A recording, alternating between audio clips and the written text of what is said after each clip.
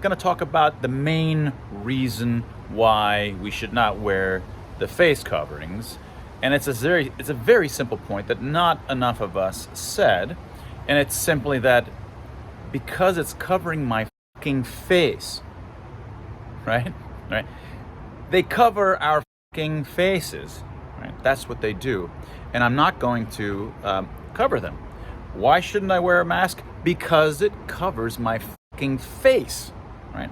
Now, I'm saying this, partly it's funny to say it in that way. And I mean, I'm not against using curse words. It's just that we possibly can't get away with using them here on YouTube and potentially other places like Instagram.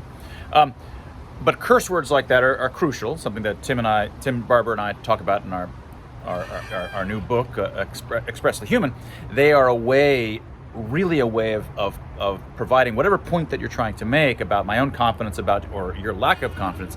They're a way of exaggerating that and really making it a much stronger claim. And I'm pushing many more reputation chips on the table when I do that. Now, so that's fine. I don't have anything against using that, and it's the kind of thing that we should have done right away. Now, and the reason I wanted to bring this up is my attitude has not been to talk about the traditional harms. And it happens that my first video of all in this endless COVID season was about masks. And it was about how masks cover your lower visual field and enhance the chances of falls. But for the most part, I haven't talked about the traditional harms or the efficacy. There's plenty of other people that are talking about the inefficacy of these things. And there's other people that are talking about cardiovascular harms, skin tears, the other kinds of the fact that immunosuppressed people are likely to be tricked into going out and mingling, the fact that asymptomatics are going to go out and potentially mingle, the fact that folks are going to potentially not get their flu shots. Let's suppose the flu shots are good. They're old-fashioned adenoviruses, vaccines. And so now they're not going to do that. There's this new study that we don't want to go do that because, well, we can just mask up. So there's all of these kinds of negative consequences, and given that they're ineffective, what's the point? But I haven't focused on any of those except for the falls. Why? Well, there's many psychosocietal issues, and I've got 40 or so videos on these psychosocietal harms from these face coverings. But really, all of those psychosocietal harms, and it's crucial to talk about them all, so to see all the multidimensional things, but really, my reason for not focusing on the inefficacy of these things and the more traditional, more obvious kinds of harms was because the most obvious utilitarian argument, setting aside civil liberties, the most obvious utilitarian argument is that one of those things in the utility calculus is effectively infinite and outweighs the rest. And it's that you're asking me to cover my fucking face, right? And that should have been the reaction from everybody when they asked you to do it. It's not just in the hospital and certain centers here and there. No, they asked us full-time jobs, 8 hours a day, sometimes walking all around, sometimes in heat, all day long, and children to cover their fucking faces. Now, when you say, why am I not going to wear a mask? Because it covers my fucking face, you're pointing to these multidimensional things that anybody who has any common sense at all understands, and they include the fact that our very identities are in that face. The socio-emotional language that we truly use to communicate. And you don't need to read Dr. Tim Barber in my book, Express the Human, to get that. I mean, we sort of have a grand unifying theory about really what it all means, unpacking it. But no, if you're a normal human being, you know in your bones that how we live with other humans is using those emotional expressions. We use them without thinking about them. That's what it is to be human. When you ask people to cover over their faces, and even if you don't have any care about civil liberties, and you're just interested in the utility calculus, one of these things is asking humans to get rid of something so central to what it is to be human that anybody with any intuitions, any common sense, should just say, no, that's ridiculous. And in fact, what they should have said is, no, because that's covering our f***ing faces. Now, I think you should have that attitude and take it to heart. If they ask you again this winter, what are you going to say? No, because it covers my f***ing face. I'm not going to cover my f***ing face ever again.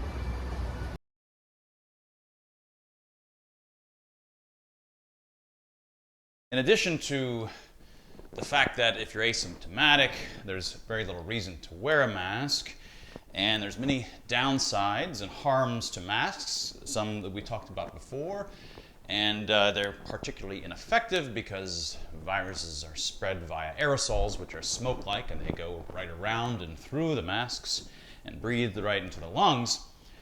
Another part of this that is very rarely mentioned is the degree to which those who wear them suffer from extreme discomfort. It's highly uncomfortable to wear a mask. It's one of the most common complaints.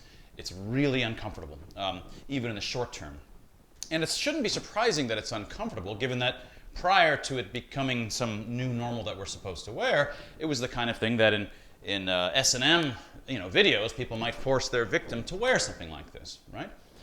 And in fact, in Guantanamo Bay, these photos that caused a big stir 15 years ago, in large part, it's because these prisoners, which were shackled, which of course prisoners very often shackled, but they had face masks on. And a lot of the drama that was around those photos was because of the perception of torture when people have face masks on. So why shouldn't it matter? Where in the calculus of all of this is the fact that you're forcing an entire population, in this case much of the world's population, to wear something that is extremely uncomfortable? Now you can argue that there's still all the sides to be balanced, and of course that has to be. But the fact that each individual times billions is deeply uncomfortable has to be part of the calculus, and it isn't. But the even deeper part of this is that when you're uncomfortable, which is a kind of pain, it's a sign of something. We have pain for highly evolved reasons. Pain is good. The reason that we have pain is to signal that something is hurting us. The reason that we constantly shift our weight if we're sitting, and it's a kind of subtle pain that you don't even notice. You go, yeah, this is a little bit hurting, I'm going to shift. It's to allow blood to continue flowing to all of your body parts. Someone who is unable to experience pain over time has long, if they survive the actual things that getting cut off by the, not having the pain sensors, they are often killed by 1,000 cuts by virtue of these tiny little things that you're constantly not realizing that you're doing to be more comfortable because it's better for your body.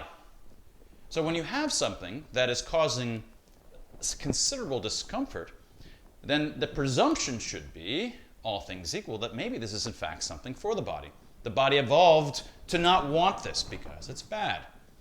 The burden of evidence is therefore on those who would wish to put something that makes you uncomfortable and is painful in a kind of broad sense. Because in the absence of any other information, something that is painful or broadly uncomfortable is something that's probably harmful. These are things that have not been considerably discussed in this whole debate and really ought to be.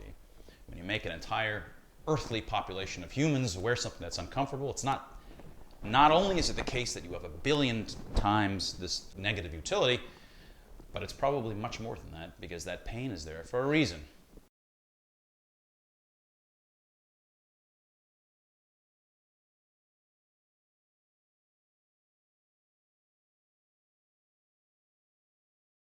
Today I'm going to talk about masks and a problem that people don't tend to talk about with masks, and that is that it obscures your ability to see your own body and your own lower visual field, and thereby enhances your risks of falls.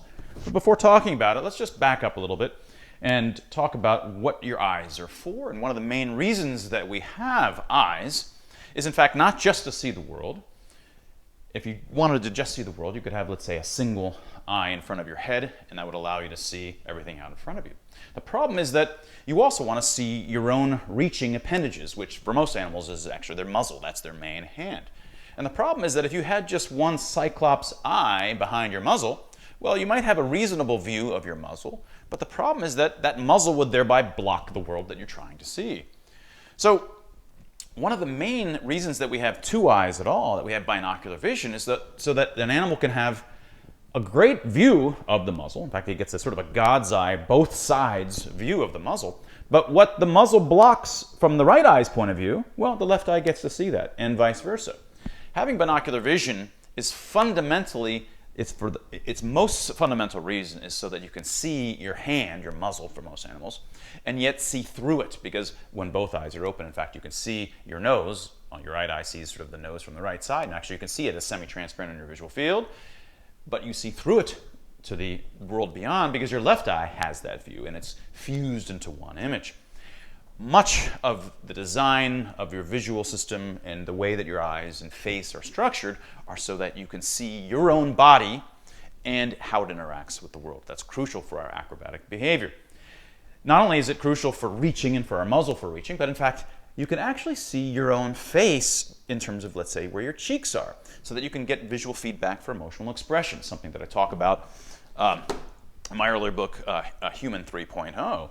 And in fact, the earlier stuff, the more general stuff on why we have binocular vision, the evolution of binocular vision, is in one of my earlier books called The Vision Revolution. But more generally, even seeing your own faces, like I talk about in Human 3.0, for the purposes of titrating your emotional expressions so that you can say with emotional expressions the very careful things that you need to say as a social animal, you see your own face and the own structure of your eyebrows and cheeks.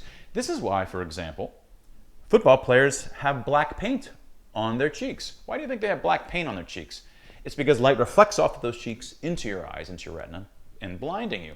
By putting black there, it reduces that. But that just means that your cheeks are visible to you.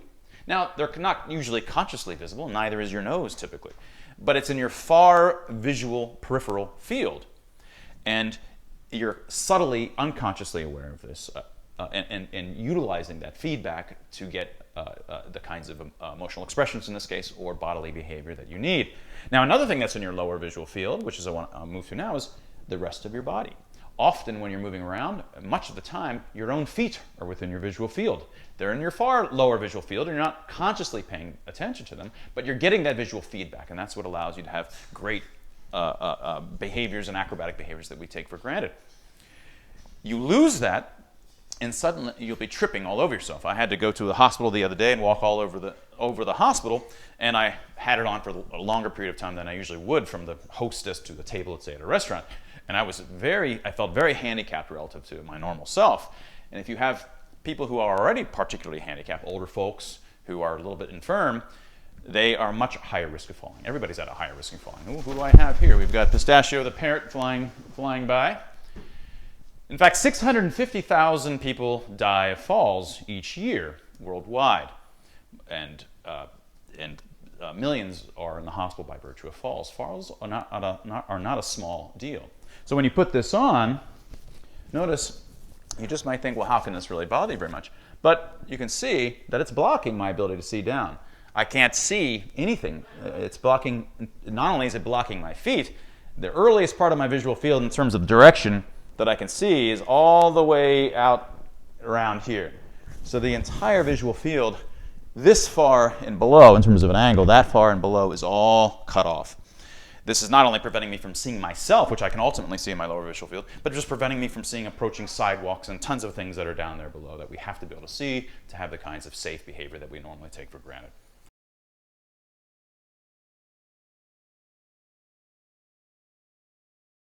One thing we talked about in sort of cyber medicine, and maybe moment number 53, was how when you're doing a cyber meeting, and especially cyber medicine, you have lost much of your ability to diagnose somebody in person. You're missing the ability to see the symptoms and signs on them. And in cyber meetings generally, we're losing our ability to see the emotional expressions, and much of that comes, a lot of that comes through the color modulations on the face, which is something you can see in person with our particular kind of color vision. It's a discovery of mine from 2006 that our eyes are actually optimized to see these color states of the oxygenation modulations under the skin. But through a cyber meeting on your phone or on a computer, those signals are lost and you don't see those any longer. Now, when you're trying to see symptoms, it's not just the case that when you have symptoms that these are automatic side effects of the virus just creating symptoms. A lot of what you see on another person is sometimes purposeful in the sense that they've evolved signals where we're actually trying to signal others that we're potentially sick. You may have noticed that sometimes your spouse might say to you, "Hey, honey, you look sick," and you didn't even notice. You thought maybe I had a faint tickle of a sore throat, say, but I didn't really notice that I was sick. And then your wife might say, "Look, something's wrong with you. You don't look right." And then you go, "I guess I'm not really feeling that well, maybe." Sometimes it's the others around you that can identify signs of you being sick. And you're not the first person to know. Others are the first person to know. So, I have a spider hanging by my phone here. So, that's an unappreciated importance of being in a social group, that we've actually evolved to potentially be able to identify early signs of sickness in those around us. That we're able to see the minute changes in the oxygenation in the skin and the hemoglobin concentration in the skin, as well as, let's say, droopy eyes and a lot of other kinds of subtle changes that happen when you're sick. You can see those things. So what you want, if there's a pandemic, and what you want is to have these great devices, which are in some sense symptom recognition devices, all around you. And the greatest symptom recognition devices are in the eyes and the ears and the touch of all of the people around you. But instead, when you lock people down and they're no longer around other people, well, at first glance you say, well, they're not spreading it, but you're also no longer having all of these eyes identifying those who have symptoms. If you're locked down at home and your doctor's seeing you only via cyber meeting, then they're not able to see any of the signs of you being sick. If you have a mask on, then you're covering over much of your symptoms and the signs of you being sick. And if these vaccines are indeed, as they say, lowering the symptoms, but you're still infected and you're still infectious and you may be indeed protected, but you still have lowered symptoms, then the ability for humans to recognize these symptoms early is again being handicapped. Many of these interventions are potentially counterproductive, maybe because it's actually hurting the social group's ability to recognize those who are in fact symptomatic and sick, and then they can they can contain themselves and put themselves in self-quarantine on the basis of that. All of our interventions are potentially undermining natural organic responses that would in fact work better.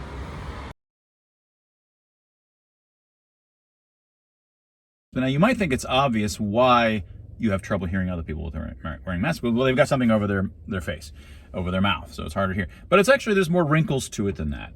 So let's go through, there's going to be four reasons, there may be others I haven't thought of, as to why you have trouble hearing them. And let me modify it. I'm not really going to be talking about, the visual side. Of course, you're missing their lips. You can't see their lips move, and that's removing information from what they're saying. And that definitely makes it harder to comprehend. Here, I'm just going to focus on your auditory perception. You can imagine just watching lips. You see my lips move, and you gather what I'm saying. But I want to just talk about the auditory perception side of it in these four reasons. So the reasons are going to basically concern loudness, muffle, and the third concerns sort of feedback, self-feedback, and the fourth concerns a kind of an auditory illusion of sorts. So the first reason why you have trouble hearing other people wearing masks is just for the simple and most obvious reason we all already mentioned, which is just the sound is being reduced. The amount of amplitude of the sound reaching you is being reduced. So that's the most obvious, but it's and that's what everybody, of course, would potentially most obviously say. The second is a little bit more subtle, but not that subtle. It's just that when the sound goes through anything, it goes through any kind of walls, when it comes out the other side, it's reshaped. The frequency distribution across it has been shaped differently. So in this case, it's going through the mask, and it has different kinds of reflections as it goes out back to you and back out. It just creates a different kind of frequency distributions as it comes out, and so in this case we say it sounds muffled. It's been changed. The frequency distribution has been changed by virtue of going through the mask, and that makes it harder to understand what the person is saying. The third, which is this feedback, the self-feedback, is something that you're familiar with if you've ever worn headphones, except it's going to be the opposite of that. So remind yourself, when you're wearing headphones, what happens when someone says, "Hey, Doug, is there, where's the orange juice?" And you're wearing the headphones. You go, "Oh, the orange juice is over in the back of the refrigerator." You scream. And why do you scream? It's because under normal conditions, you've calibrated a baseline of how loud you have to perceive yourself to be to have a good normal voice that you want to speak so that somebody else can understand you. When you're wearing headphones and you've got these music being piped into your ears, In order to get that same level of self-perception, you have to raise your voice much higher. And you're not really thinking about that or aware of that to counteract it. And it's really hard to counteract that. So you end up having to basically scream to get that same level of self feedback. So you end up screaming. Well, in the case of the mask, it's the opposite. When you put a mask on, you actually have a bit more of your own voice that you're hearing than usual, because you get reflections that are coming back towards you more than you otherwise would. And some of it is going through the bones of your face directly to your ears, and it's very complicated stuff that's happening, but you're going to actually hear yourself potentially a little bit better. And if that's the case, well, then what you want to do, what your brain is naturally going to do, is to lower your voice, because you are already hearing yourself sufficiently loudly that you don't want to raise it, because then you're going to feel like you're yelling. So people will talk more softly, and they can't help it. They're just naturally going to do this because they speak to the level of the self-perception that they get that tells them that they're at the right level.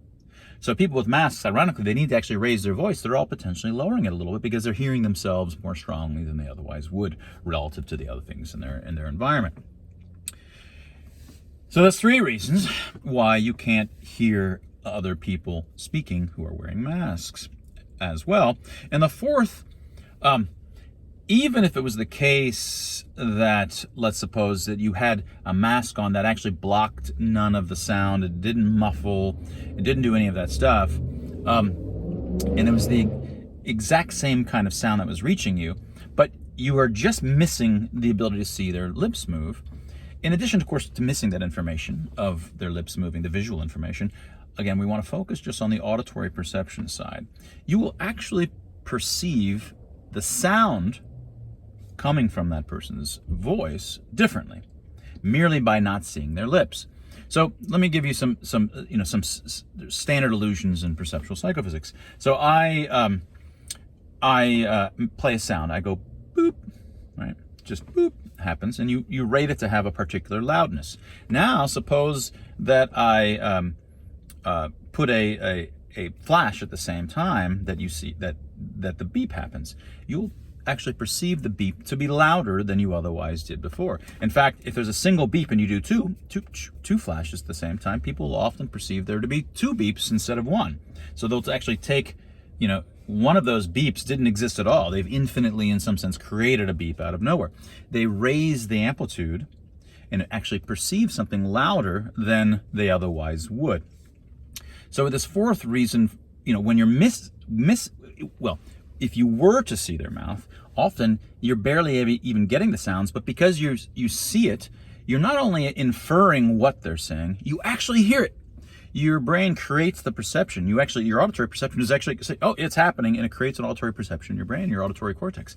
So you actually have the auditory perception of them saying that particular word on the basis of the mouth movements that are consistent with that. Without that, well, now you're just hearing the raw sounds with none of that feedback. You're going to hear it much softer than you otherwise would. And so your auditory perception in this sense, by virtue of the lack of these visual auditory combinations, actually perceptually goes down. So those are 4 reasons, at least 3 of which are not the obvious ones, for why people who are wearing masks are harder to hear.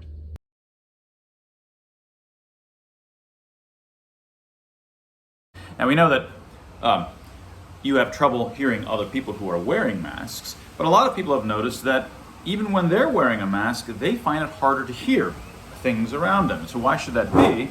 It's a little bit counterintuitive. Now, there's several reasons for why this is potentially happening. The most obvious, number 1, is just that when you're wearing a mask, almost all of our masks are hung behind the ears. And if you just put a finger behind both ears and just slightly put pressure forward, you'll notice that you can noticeably not hear as well around you. It's just slightly pinching off some portions of your inner ear or the outer ear portions as it goes in, and cutting off significant portions of the sounds around you. So that reason alone is one of the reasons why we become partially deafened when we're wearing masks. A second reason for why we're partially deafened when we're wearing masks is that when you're wearing a mask, you hear your own breathing. So for example, if you even just go like this or anything that's in front of your face, you hear your own breathing very well. It's because it's the sounds are kind of reflecting back and then into the bones of your own face. You can you hear the sounds through your own bones of your own body. So you have a much louder self-body sound, which is then overwhelming the kinds of sounds that are coming from the outside. So that's the second reason. And a third reason that you have trouble hearing when you yourself are wearing a mask is something concerning, it's called the head-related transfer function. And what that means, and let me back up to explain why this is the case. It's easy to understand why you can tell when something is to your left compared to your right. Well, it's just one ear is getting stronger signal than the other. Well, but what do you do when something is directly in front of you compared to when it's directly behind you? Or above you versus below you? In those cases, each ear is getting the same size signal, so there's no way to know whether it's directly in front of you or directly behind you or directly above you in this three-dimensional sort of space around you. How do you figure that out? Well, when something is at these various angles, like just say directly in front of you, the way the sound comes to your ears is actually shaped by the structure of your own face. The way the structure of your nose and mouth and the thickness of your bones and even the structure of your bone structure within your face and all of the aspects of your head and face affect the shape as it comes from this side, so that the envelope of sound, the range of frequencies that reach your ear, is modulated by the shape of your face in the front. And when it comes directly from the back, well, you don't have a face in the back. You have a very different kind of structure in the back, and it gets modulated. That is, the frequency ranges of sounds that come from the back are modulated differently. And from above, they're modulated differently again, because the shape of the top of your head and your hair and all of the different kinds of structures going through your bones of your head this way are different from the structure, the way the sound waves go through the bones from the back. All of those things allow your brain to figure out where in this sort of two-dimensional sort of sphere around you things are coming, not just left or right.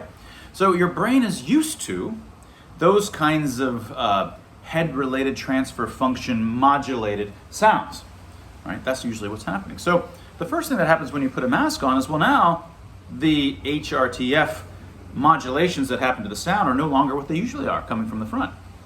So usually you can tell things are coming from the front. You have this front-related shape to the thing, and so you can tell, okay, it's right over there. It's a little bit to my right, but it's this far forward and this far up on the basis of those kinds of shapes. With the mask there, it's entirely new. It's not what you both evolved to have the ability to recognize these sorts of directionalities, nor is it what you've learned on during your entire life.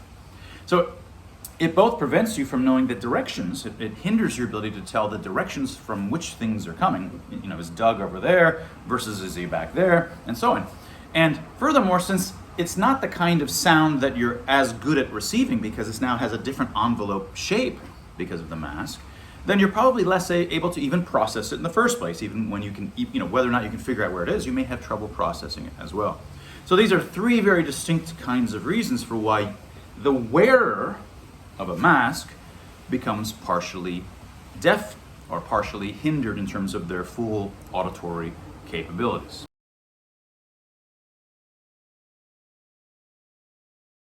Today I'm going to talk about face masks in the line of many different videos that I've done about face masks, and focusing on an aspect of your mouth that most people don't think about. And to give you a little bit of a preview of it, I'm going to bring you over to Pistachio the parrot, and I'm going to I put him in the cage here, and I want you to watch Pistachio as I let him out. Pistachio, come on. Notice what he's doing with his beak. He's using it as a third limb. That's right. Good to see you. Can you give me a kiss? Mwah. Good to see you. Now, what he did there was use his beak as a third hand. And in fact, for most animals, their muzzle is their main hand. Dogs and cats can kind of bat things around here and there a little bit, but for the most part, their muzzle is exactly their hand, and it's their only hand. Now, in fact, something I've talked about before, the very reason that we have eyes, and bunny rabbits have eyes on the sides of their head, and we have eyes on the side that is the left and right sides of our face, is because you need two eyes with binocular vision, not so that you can see in stereo, not so that you can do all these things that people talk about. The main reason that animals have two eyes on either side of their head or on either side of their nose and muzzle is so that you can see your main grasper, which is your hand, your muzzle, which is all animals' main hand, and you can see it from left side and you can see it from the right side, and it doesn't occlude your view beyond it. Because if you just had one eye, then anywhere that you would put your main hand, your muzzle, well, it's going to block the stuff that you're trying to see. But by having your muzzle out and then the right eye sees the right side, and of course the muzzle's now blocking my right eye's view of all the stuff over here, but that's okay because my left eye sees it. And our brain is able to combine these two different images, a right eye view and a left eye view, and create one composite view that stitches them together. And so the very position of our eyes relative to our mouth is still, as it was for all of these hundreds of millions of years, having two eyes and up bilaterally on either side, which is the best God's eye view in some sense. You're seeing the same thing from opposite sides and seeing through it. Right? So this is one of my things I talk about in my earlier book, Vision Revolution. Now, so the ultimate original reason for our mouth, our muzzle, is in, obviously it's for eating, but the reason that it's positioned relative to the eyes as it is because it's has the motor element. It's for grasping, for biting, for using it in a motor-like way, in a grasping-like way. So one of the things that's, it's certainly not highest on the list of problems or issues with masks, but I really want this very idea that, let's just put something in front of our face and, it just throw this up there. And even if it worked, even if masks worked, you have to consider all the diverse effects when you do that.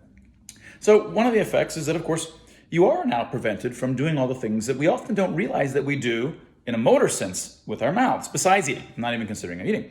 One thing all of these animals do is they groom themselves very often with their mouth. They're biting their nails. They're often, and most primates are, and a lot of us still are, using our teeth in various aspects of self-grooming.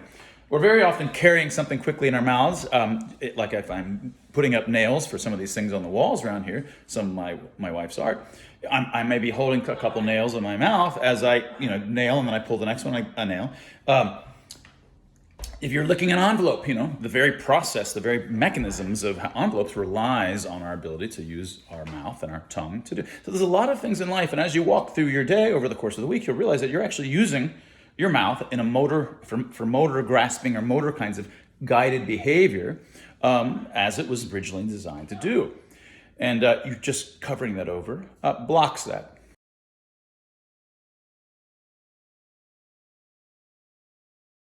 Animals have evolved to have all of their sensory endings, nearly all of them, disproportionately, not all, actually all, but disproportionate amounts of our sensory endings and perceptual devices are all in the head. Why? Because when animals move, whether you're a fish or a bird like Pistachio over there, or a mammal, when you move forward, you want the parts in the front to have all the sensory endings, because that's the stuff that's going to run into things in the world first. So you need to have your sensory endings there.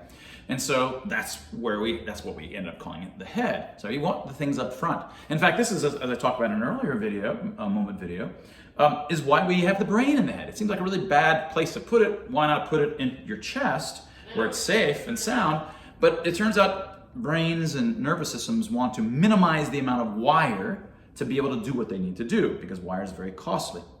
And since most of your sensory endings are up there in the head, then if you move the head anywhere farther away from the brain, there's so much wire that has to go up there, disproportionately up there. It's just cheapest to have the brain right up there, so it has these really short wiring lengths to get to all of the perceptual devices up here in the head. So most of our sensory apparatus and equipment is up here, right?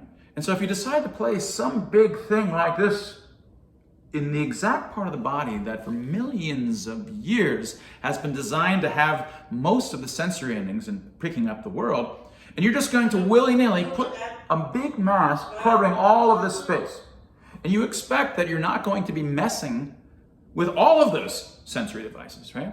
Now, my very first Science Moment video, number 52 or 53, in this endless COVID hysteria season, I think I'm 148 or 149 now, the very first video in this moment series was talking about how face masks block your lower visual field, and that's the parts of your visual field which are so important for locomotive behavior. You get the visual motor feedback of the world is what allows you to be such a dynamically acrobatic and brilliant, athlete, as we all are, just moving around the world. You block that, you mess that up, because our brain relies on the optic flow of things in the world, seeing it move by and then reacting accordingly. So even though it doesn't block your eyes, it is blocking your eyes, right? It's blocking your lower visual field. And you may, I don't want to go through that whole video. I ask you to go back to 52, moment number 52 to do it. But as a short answer, the reason that we put, one way to sort of quickly see it is that the reason that athletes sometimes put these black charcoal on their eyes is because otherwise the sun reflects onto your cheeks and back up into your eyes. But that means your cheeks are in your visual field. Right? They're actually in your visual field. They're in your lower far peripheral field. You're not consciously aware of them. And your feet are very often in your visual field. Even your lips are very often in your visual field. Your nose is. Most of these things you don't consciously realize. So your visual perception is blocked by a mask who's not even blocking your eyes. It's not like this, but obviously, no, it's counterintuitive, but it's blocking important parts of your visual field, which enhances and augments falls, which are a serious issue. 600,000 people worldwide die each year of falls. 3 million are hospitalized from that. So who knows how many more falls there have been in the last year and a half.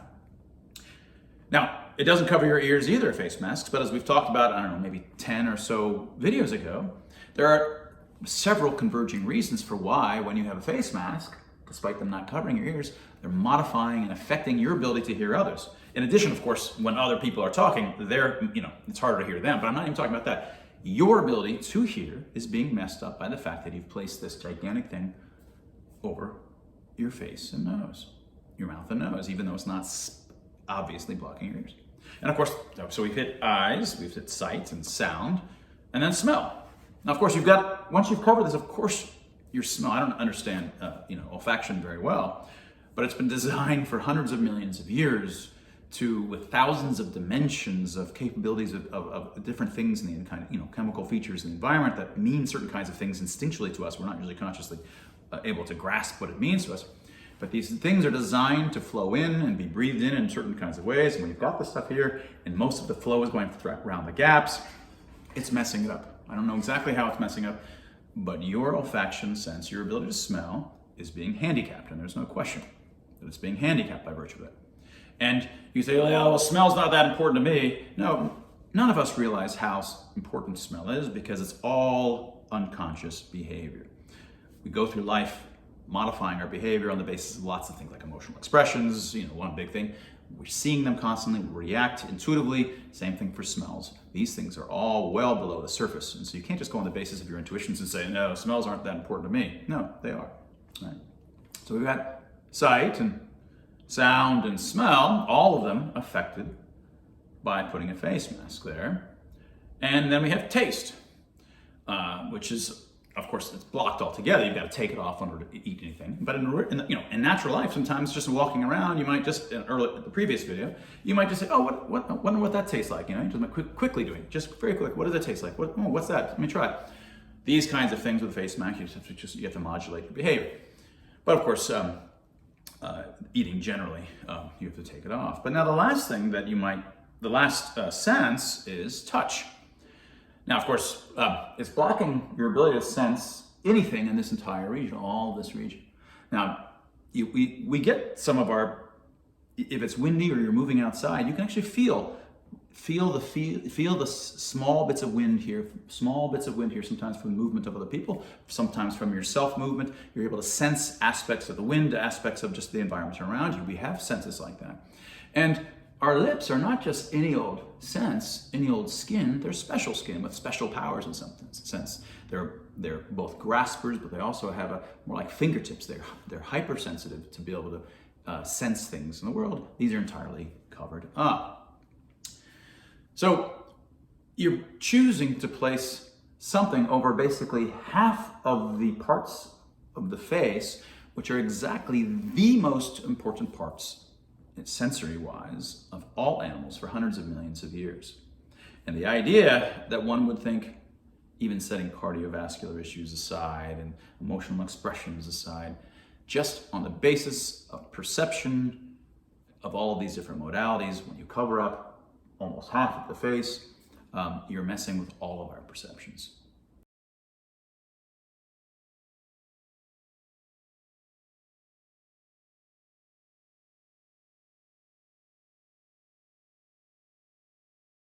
Today I'm going to talk about taboo and being naked in private parts.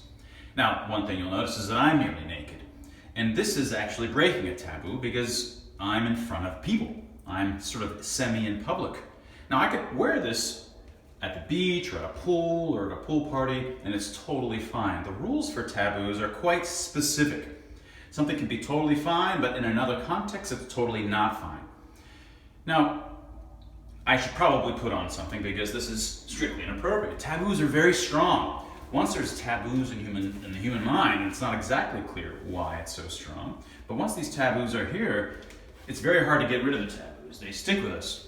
And so all of us who think of us as reasonable people share this taboo that you shouldn't be in underwear in public circumstances. And we rarely even think that we should have to defend it.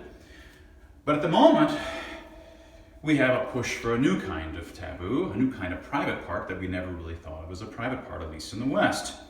And that's face masks. When you go out into public, the new rule is that if you're at the table at a restaurant, you are in a private space and you can take it off. You walk from the hostess to your table, though, that's public, you gotta have it on. You wanna go to the bathroom, you better put it on. There's particular rules for where you have to have it on because you are in public, and it is thereby a private part in those circumstances. You can feel the shame almost coming up inside you if you walk from your table to the bathroom and you don't have it on. You know that they're looking at you. They might scold you because your private part, which is contextual, is showing. Now, you could have a debate as to whether we should have private parts for our chests and our other parts of our body in these various circumstances, but at least covering up my chest and other body parts is relatively, it's not bothering me very much in the sense that I don't breathe with my chest or my stomach or my back. I don't express myself, and there's multiple ways that we express ourselves. We do it by talking, but much more fundamentally, we do it with our emotional expressions, which is almost entirely in our face, which is both the colors on your face and all of the emotional facial expressions. And the next book with Dr. Tim Barber and myself is called Unmasked, and is about the origins of emotional expressions and the power and what they mean. You cover your face, you're covering over the connection between one human, one deeply social animal, and another, making it impossible to both hear them and to capture these signals which undergird and regulate our social behavior. And it also blocks our identity. A bunch of guys in a row can have our chests showing, and you're not going to recognize us by virtue of our chest. Our recognition systems are designed to recognize people by their faces primarily, and those are covered over as well. Maybe we shouldn't have this taboo of clothing, maybe we should. But a taboo that makes it so that this is a private part and it's being covered up has hosts and hosts of consequences for what it is to be human and should be stopped.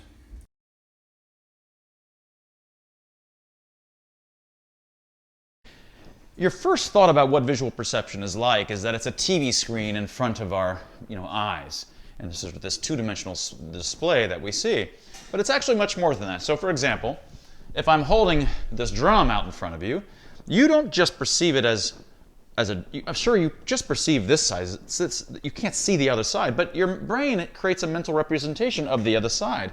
So you would be deeply surprised if I was to turn it around and in fact it was not there at all. It was just concave cutout. Because you've already created a perception of the other side as part and parcel of the part that you can see.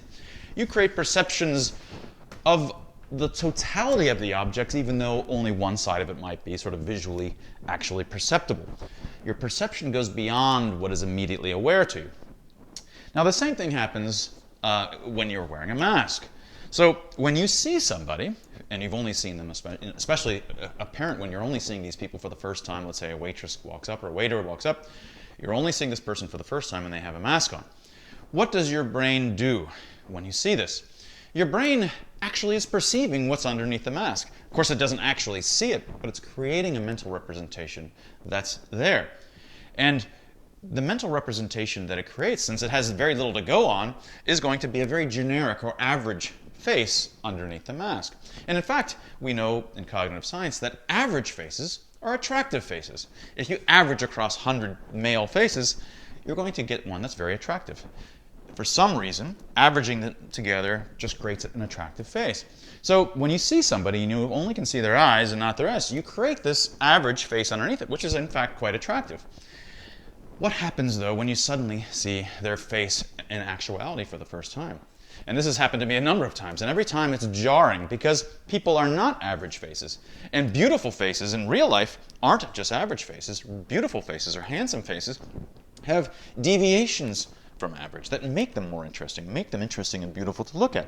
But you haven't perceived this person as having that kind of face. You've created a generic face for them. So when they pull it off, suddenly you see something that's bizarre. It's like you already had created a generic average face for them, and so what you're seeing is some deviation, some monstrous deviation away from that. And sometimes it's very jarring. So I've spent, many times you're talking to these people for an hour, suddenly they take it off. It's nothing like what you expected, and what you expected was average, and not average in a bad way, like just average in terms of some generic prototype of what it should be, which is typically pretty handsome or pretty. And they're not that, and so they seem kind of gross at first until you sort of readjust. So this happens in this case, for example. Those of you who are familiar with me, because I usually don't have a handlebar mustache going on. And so this would have been a shocking experience for even you. And those that hadn't seen me before and are just seeing this video for the first time probably had no reason to expect that I had a handlebar mustache today. But there's another feature about this that makes it interesting in regards to human identity. Not only are you losing your emotional expressions, which is something we've talked about, but when there's a crowd of folks and they all have masks on, it's not merely the case that you've lost your identity. You can at least imagine that maybe when you would look at a crowd, you would sort of implicitly imagine there's all of these random faces out there, and you don't know what they are, but there's all of these identities. But instead, your brain doesn't do that. It doesn't create sort of random faces of interest. It just creates one generic face underlying all of those eyes. All of those faces are the generic average one. It creates like one mannequin underneath all of those faces, maybe slightly modifying the basis of what it can infer from the eyes to the extent that's possible. But roughly speaking, a crowd of unique individuals is perceived by you, through no fault of your own, as almost one person duplicated across that the crowd. This is the sense, one of the many senses in which your human identity is being crushed when you're wearing masks. It's not merely that they don't recognize who you are, they don't recognize you or perceive you as an individual anymore.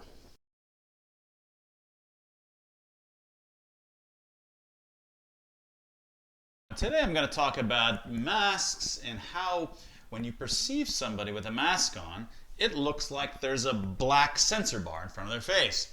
It looks a lot like what you're perceiving down below in terms of a sensor bar in front of me. And one of the interesting things about black sensor bars, or any sensor bars at all, it doesn't matter what the color is that despite this sensor bar covering a significant amount of my body, in fact it covers a lot more of my body than would pants actually cover, I appear more naked by virtue of having this sensor bar, in this case this television, in front of me. That's because when you see this in front of me, you don't perceive it as clothing, which you interpret as part and parcel of my body. You interpret it as an occlusion that is sort of just temporarily there. And so you complete the image of me behind it as naked. But of course I'm not naked. In fact, what I'm wearing is just regular old shorts, which are in fact covering less of me than that was covering. But now when you see the shorts, I actually seem less naked than I did before. And interestingly, when you do see me with shorts, when you see somebody with shirts or clothing, you don't complete it to the nakedness underneath. It just seems like it's part of my body. You don't sort of imagine all the rest, right, like you do over here. Masks, at least so far, at least for most of us, hopefully, are more like sensor bars. In fact, this is jarring. When I see people walk by, you just feel these sensor bars floating out in front of their faces. It's very jarring. And I think that's a good sign, because if it gets to the point where instead of seeing it as a sensor bar in front of people's faces, you actually perceive it as clothing, in that case, you won't actually perceptually complete the face behind it. You'll just consider this part of their face, part of what a face should be. And then you'll know that face masks have gone so far that they've become part of what a body should be.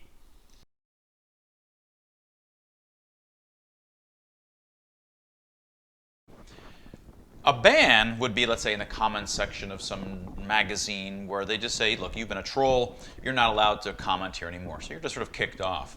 On Reddit or wherever it might be, a ban is just you're not allowed to be there, or you're suspended from Twitter, it might be. Now, a shadow ban is where you don't know that you've been banned. You don't know that you're not there anymore. You appear to be able to comment on people's posts. You see everything, and you can comment. But unbeknownst to you, nobody sees what you're doing. Nobody has any idea that you're not there. So this is fundamentally cruel in the sense that people don't even realize that all of the interactions that they're having, people aren't really replying to them or treating them in the normal way, and they're wondering why. All of the interactions they're having are for naught. Right? Now, imagine this in real life. So what would this be like in real life? I mean, I like to interact and go to coffee shops. I like to interact with real people in the real world. They get to know who I am a little bit, these small interactions every day, and over time, they say, oh yeah, there's this guy, he comes to, they don't necessarily know anything about me personally, but yeah, there's this guy, he comes in, he's nice or whatever, and we chat a little bit at the coffee shop. But all of these places around town, slowly, people get to know who I am. But imagine being shadow banned. So I come, and I think I'm having these interactions, but they have no memory that I was ever there. I wasn't really ever part of their world. They don't ever realize that I was there. What would it be like to be shadow banned in real life? It's really hard to imagine. But in a sense, right, this is what masks do. I can spend all my time at these different kinds of coffee shops, stores, interact on the street, everywhere I go, and I'm having these interactions with people. And yeah, I can actually interact, they actually hear me, but they don't know whether they're hearing from me or from Doug or from Judy or from Susie or whoever it is. I'm the same person as any of these others. My identity is lost in these interactions. It doesn't build up over time as the guy that's like this, where he seems interested in this kinds of things. No, masks are effectively a way to shadow ban all of us within society. Once you understand how damaging shadow bans are online, you can then better appreciate how damaging socially face masks are in real life.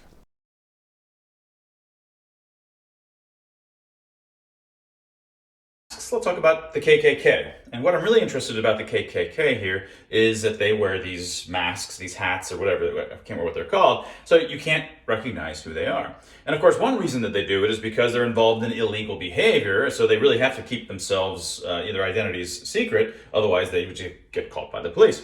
But the other reason that it works for, sort of an evil organization like this, and whether they did it on purpose or just ends up, working this way, is that because you don't see their faces, as we talked about in moment 75, instead your brain perceptually completes the head and the face underneath it as some kind of generic average human face.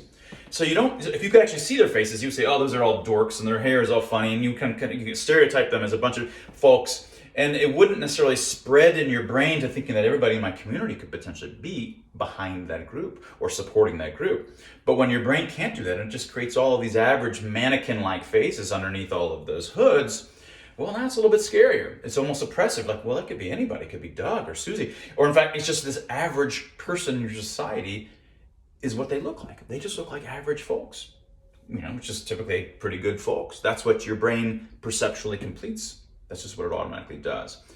Masks, although again, not on purpose, create that same thing. There's this oppressive, nightmarish sense when you see a crowd of folks with masks on. Again, you're not seeing people with unique identities. You're seeing a crowd of average, normal, generic, non-identity filled people in your community. And that makes you feel like you're losing. The regular folk, what it is to be an average human, in fact, they're all just average faces, mannequin faces, is to believe that masks should always be worn, blah, blah, blah. It feels like that side is all around you. That's an illusion. And I want you to try to undo that illusion by realizing that you have it.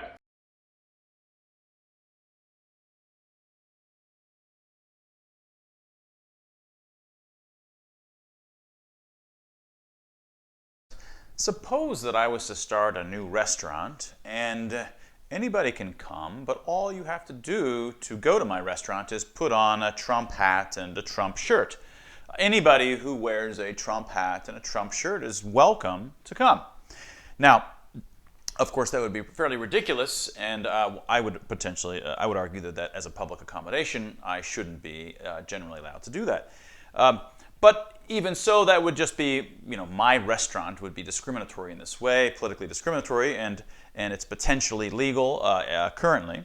But it would still just be one restaurant that I'd be blocking my political opponents. They'd have to basically be passing a purity test, a political purity test, from my point of view, in order to get in. And so I'd be discriminating in that way.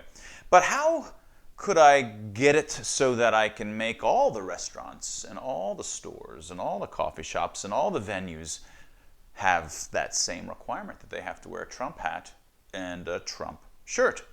Well, this is what's actually happening already. In fact, it's already happened. This has happened not, of course, for Trump, but for COVID safety cult. Unbeknownst to us, or as we've been seeing, but it's already there, there's also already a political purity test to participate in society, in some places much further along than others. These are the mask mandates and the vaccine mandates. These epidemiologically make no logical sense as mandates, but they make perfect sense as political purity tests. So let's just rewind and just remind ourselves why they don't make sense epidemiologically. Masks, first of all, they don't slow the virus. There's all the randomized controlled trials show this. But even if they did provide some kind of benefit, the way that they're actually used in restaurants and so forth is just with loose gaps around the side. The aerosols are flowing completely out and all around. It's not spread by droplets. And as soon as you sit down, you take it off and you enjoy your conversation. And as soon as you stand up, you put it on again just for a few minutes. It obviously is completely ineffective in these environments. And the only reason that people are wearing them is a virtue signal showing that I'm part of the club. It requires you to submit to and basically put on a Trump shirt. In this case, it's putting on I'm part of the safety cult, COVID safety cult, in order to participate in those restaurants. But it has no epidemiological logic behind it. And they allow you to do two things. They allow it to be the case that all those who are true people who are against this, true enemies of the COVID safety cult, reveal themselves because they're not willing to put on the signal. They're not willing to wear the Trump shirt in this case. They're not willing to put on a mask because they know it's ridiculous. I'm not going to put on a mask. Not only is it ridiculous, but there are harms to wearing these masks, which we've talked about before. They don't work, they're ridiculous, and there are harms, so why should I do it? So they realize it's like a Trump shirt. You're not going to do that. So you've revealed yourself. Those who are sufficiently against it then identify. They self-identify. And then furthermore, once you've self-identified, then boom, they can target you. And how they target you is by preventing you from going anywhere. They've successfully outed me as against it. Of course, I was always out. But for the many others who are just trying to persist within society, they realize they have a choice. I can either be outed against what seems to be everybody out there, these teeming masses of people who are all part of the safety cult. And they go, I don't want to be outed. Because not only then am I outed, but then I'm separated from society. It has already happened. These are exactly the kinds of political purity tests that happen in all totalitarian states. They culturally evolve on their own, and not even because anybody's consciously designing it this way. But these virtue signals come up. They're irrational, and no one would hold them unless you were part of the club to show membership in the club. And the way that they're used is not so much to show that I'm a member, but to show who are the enemies. And not just to show who are the enemies, but to use that to keep the enemies out and to banish them, which has already happened.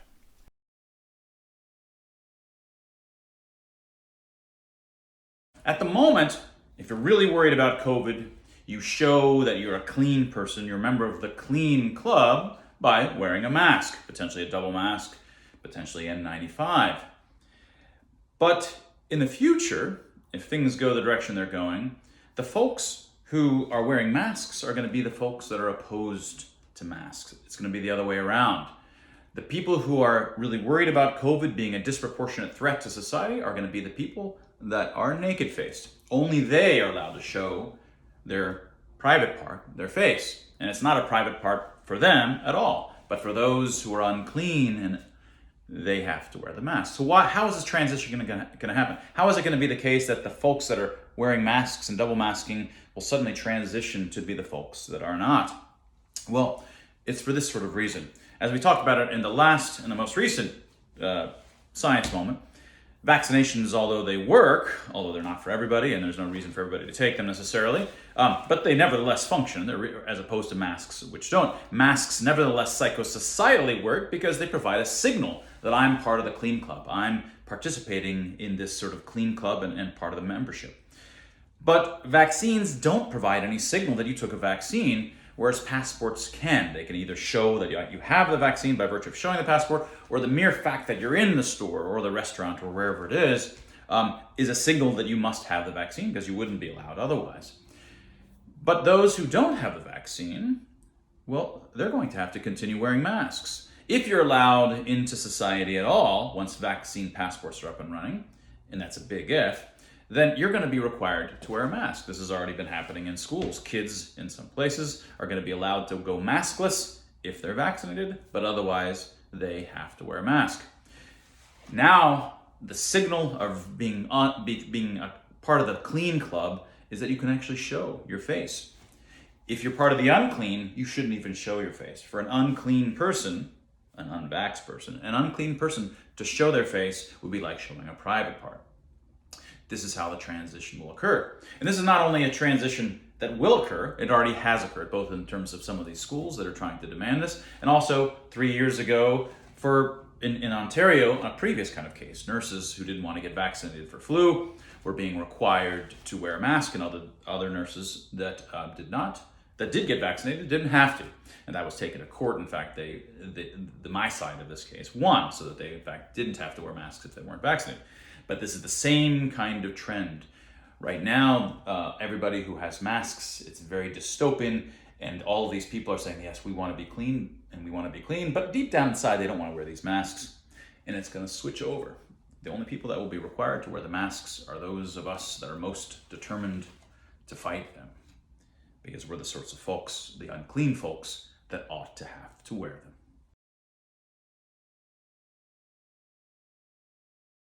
We've talked about masks as virtue signals, and certainly they are used as virtue signals in certain circumstances. So, for example, if you go to someone's web page or to their Twitter account and their profile, they're wearing a face mask. Well, you've got their name, you know their identity, and they're showing us the mask. If you're going to certain kinds of parties where you know everybody's who's going to be there, and they show up with a mask on, well, you might know that person, so it's a virtue signal in those circumstances. It's not quite a virtue signal in the same way, however, when you're just out in public.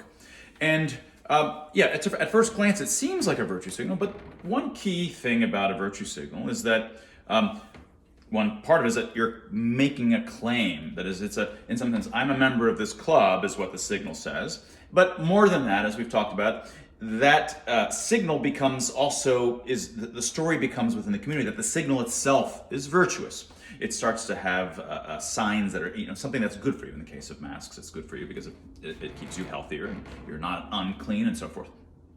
But the other part of a virtue signal is that you're actually making a claim. You're saying, this is good, or we, this group, are good. And key to making that claim is that I'm making it, that I'm a person with an identity who's making that claim.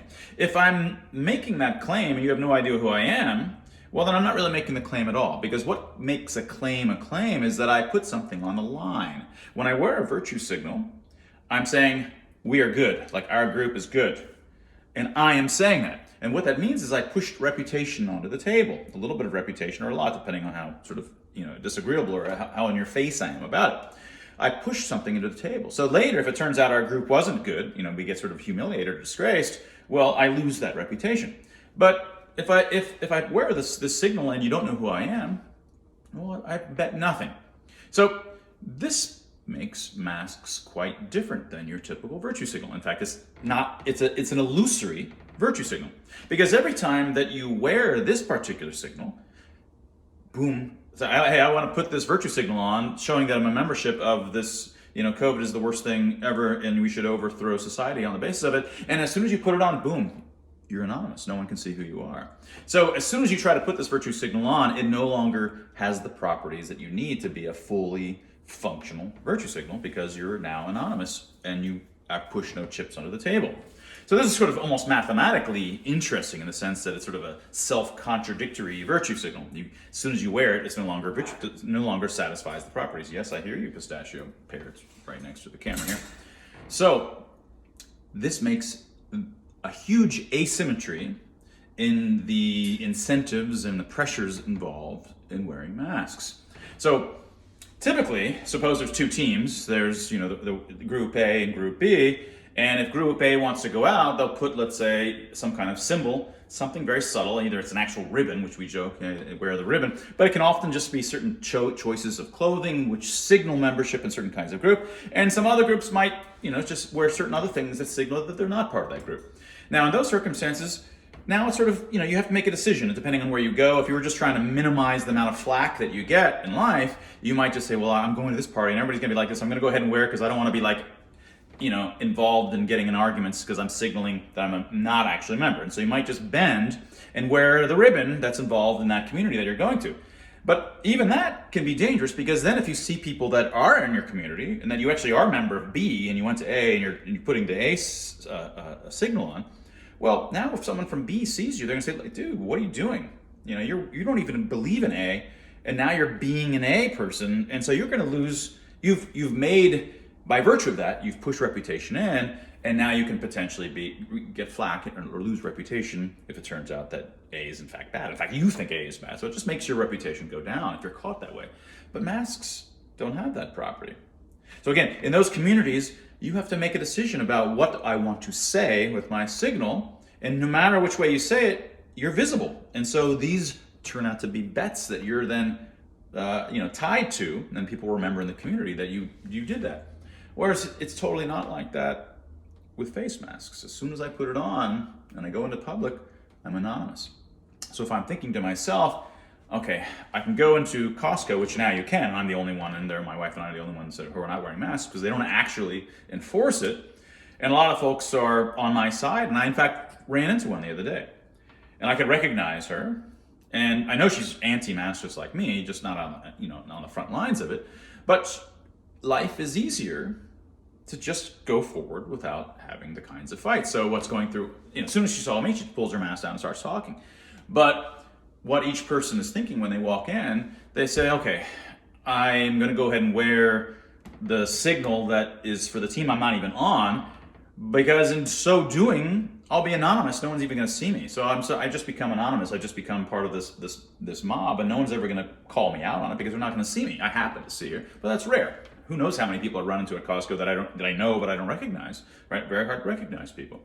So this asymmetry creates a huge pressure for folks to just bend and wear the faux signal, because it's a false, it doesn't really serve as a signal because it's just much easier.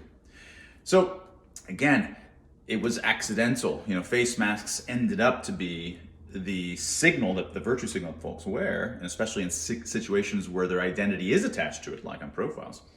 But what that creates is a massive asymmetry in public settings where people who are in no way for masks and might be on the fence, they're all going to wear masks because it doesn't commit them to anything. Whereas if they choose not to wear a mask, it suddenly commits them to a better reputation. And a lot of people are afraid that it's like, I don't want to have to deal with that. I don't want this to be a dramatic situation. I just want to go do my stuff and not turn this into some kind of situation where I'm having to basically make claims as I'm walking past everybody, like, I'm in this club, I'm in this club. So they just prefer, when given the choice of not making any claims about what club they're in, they prefer just to make no claims at all.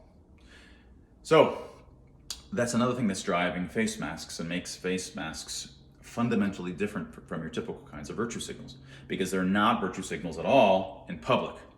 So I want you to, again, similar to the previous science moment, this can create an illusion that we're losing. Because when you go around and you just see, sometimes I still, even though Columbus, Ohio is where I am, very relaxed. It's been even better than Florida for most of the entirety, in spite of the governor. But even so, Costco still, everybody but me is wearing a mask voluntarily. Now they might think it's required, but it turns out it's not. There's still folks everywhere who are wearing it. And that can make you feel like you have utterly lost. We're losing this entirely. But you have to correct for this, because some of this is an illusion, some of this is an artifact, a bias by virtue of these asymmetrical pressures that are involved, and that's due to the strange meta nature of masks. As soon as you put these virtue signals on, they fail to be virtue signals in the normal sense of the term.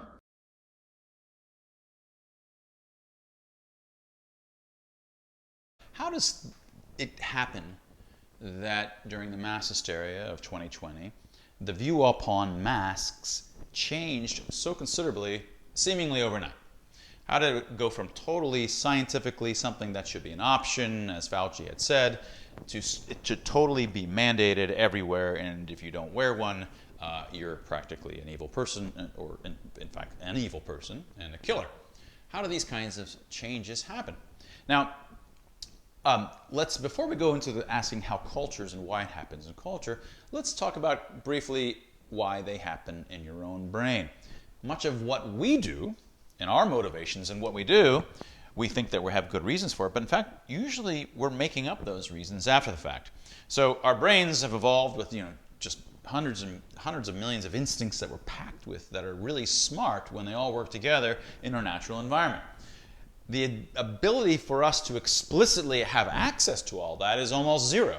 So when we're asking ourselves, hey, why did we do that? We often, at best, can make some kind of explanation that's maybe pointing in the right direction in terms of what our brain is really doing, but at best it's just pointing in the right direction, and usually we're just making it up. We have no real idea, and we're flat out wrong.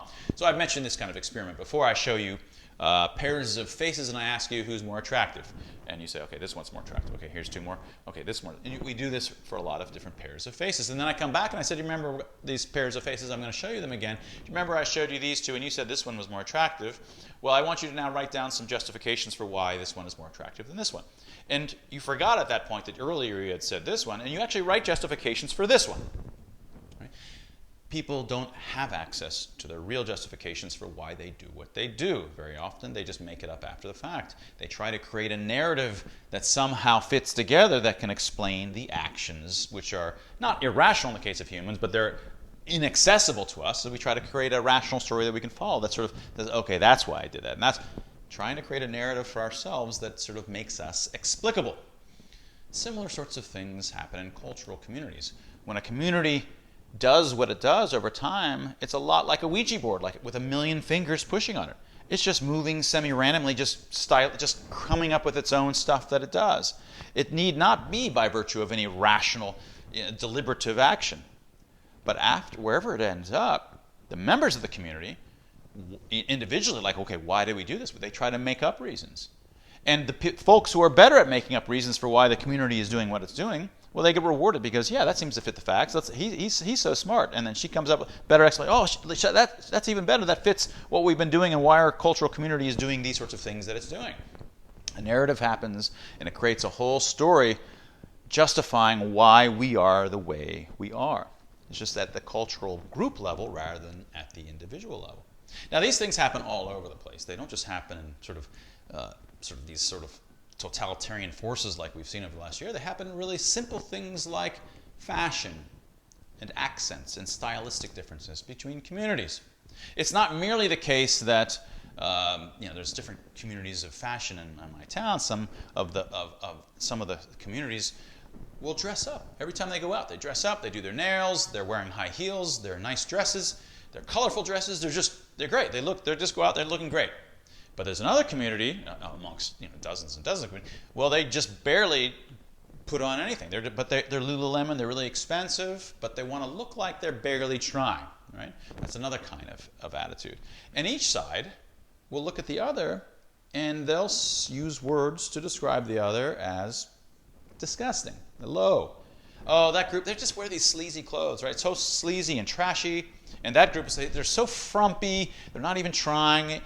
So they will look upon them with disgust, even though how they ended up with those styles was somewhat random. And not completely random, because in fact, as if they were initially imagined they were one community, but then let's suppose some part of it started to wear a little bit more fancy clothes when they went out, and the other part was a little bit less. And it turned out that signaled a real difference between these communities, and that can be amplified and exaggerated over time because it signals membership in these two different sub-communities. So over time, it can push stylistically apart and creating even bigger differences between those styles.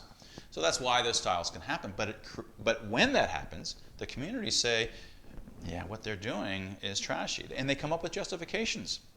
Well, there's no reason to dress up like that. You're not going to a ball when you go out. Why are they dressing like that? It's like looking like a whore, and the whole society is going to fall apart. You can imagine there's 3 or 4 more paragraphs in that, and therefore society will fall apart.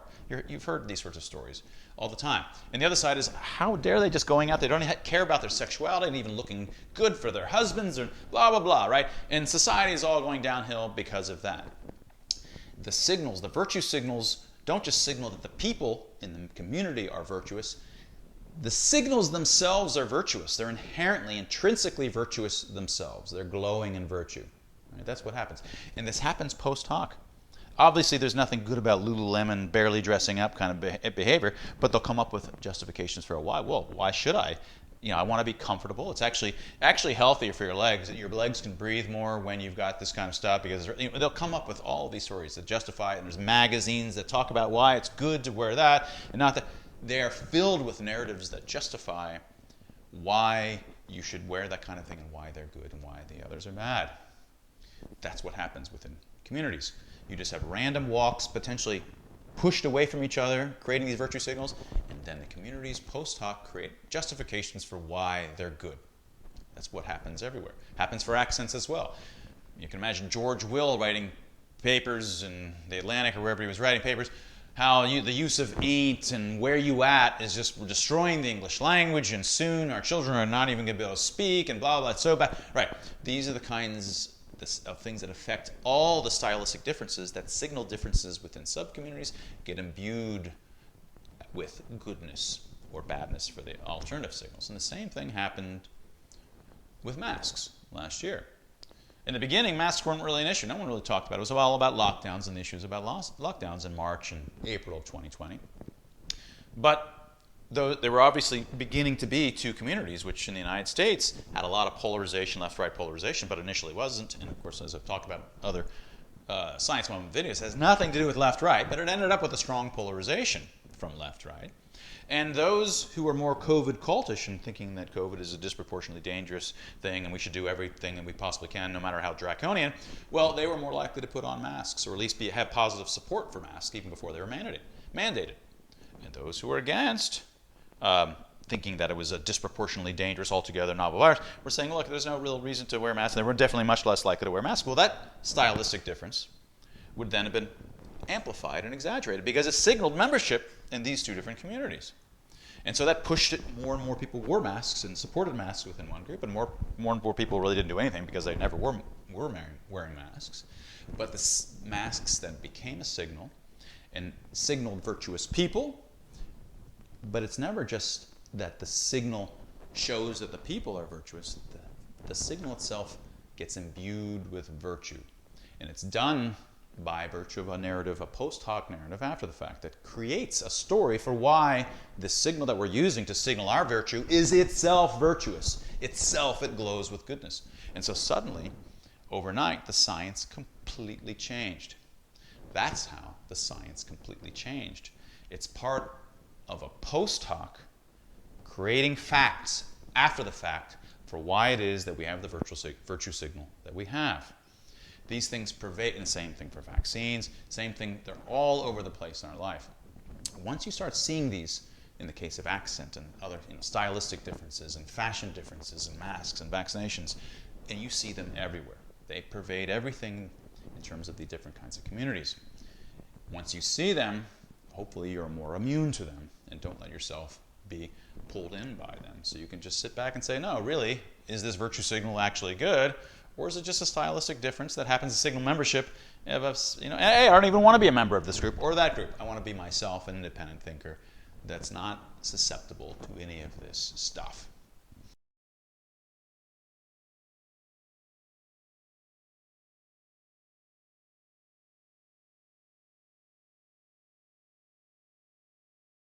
One of the things about trolls, and we use that term, for the behavior that we often find that's so poor on the internet, whether it's in the comments section or our behavior to one another on Facebook in the comments or on Twitter.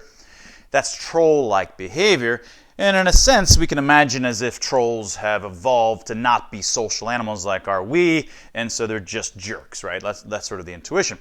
So there's a couple reasons for why people become trolls online. And there's a whole bunch of reasons, actually, but there's two big ones that potentially explain it. One is that you can't emotionally express. In real life, your emotional expressions, and this is the topic of Dr. Tim Barber in my next book, is sort of the Rosetta Stone of emotional expressions, why we have the emotional expressions we do and what they mean and what they're for. These emotional expressions undergird the social interactions, and they sort of mediate and allow us to get along in groups. We lack that when we're online. We can put a little bit of these emotional expressions into the words, but we didn't evolve to even have language with one another. In fact, one of my earlier books, Harness, argues that the reason that we have languages at all is because language culturally evolved to sound like the sounds of solid object events in nature and tap into existing mechanisms and instincts that we already have. So when you try to put emotional expressions into the actual words and into the grammar, they just don't hit home. They don't have the richness that emotional expressions have. Emotional expressions are our first evolved language that help mediate social behavior. It's what really makes us smart, deeply smart social animals. So that's one possibility, right? Is that unlike real life, where we can have all of these emotional expressions by virtue of our faces and our gestures, we're missing that online. The other is anonymity. Online, very often we're not even using our real names. And at any rate, we're interacting with folks that are far away from us and are effectively anonymous. We'll never interact with them. Certainly, anonymity has to have something to do with why we're behaving like trolls. Now, there's a couple reasons why it seems to be more about emotional expressions and less about anonymity. And let me give you two good reasons why. One, in real life, we very commonly, like all the time, our entire lives are bumping into folks that we'll never see again. This happens in the malls and in the grocery store. And we have our emotional expressions that we can interact and mediate our interactions with one another. And people do not generally act like trolls, so they're much nicer. Right? They act like humans, and they respect one another, and they just act nice. So when you have your emotional expressions in real life, despite them being despite them being anonymous effectively, people act nice. Whereas online, here's a second argument that emotional expressions matter more than anonymity. Online, even when you're interacting with friends and family on Facebook, for example, in the comment sections, people become sniping and it becomes noxious and people start to behave like trolls, even when they're your friends and family. What's missing in that circumstances is not the fact that you know them. What's missing in that case is the fact that you can't properly express your emotions. So we have a situation where online, probably the primary reason for why we act like trolls is because we're not able to communicate our emotional expressions, which is the key signals that we're constantly unconsciously signaling to one another that allow us to get along and not be jerks. Well, this brings us back to another argument, something that I've talked about before, a problem with face masks. Here we have a world where the same folks that act nicely to one another under normal circumstances, but despite being largely anonymous, are now being asked to wear something that covers up the very emotional expressions that mediate our social behavior with one another and prevent us from acting like trolls.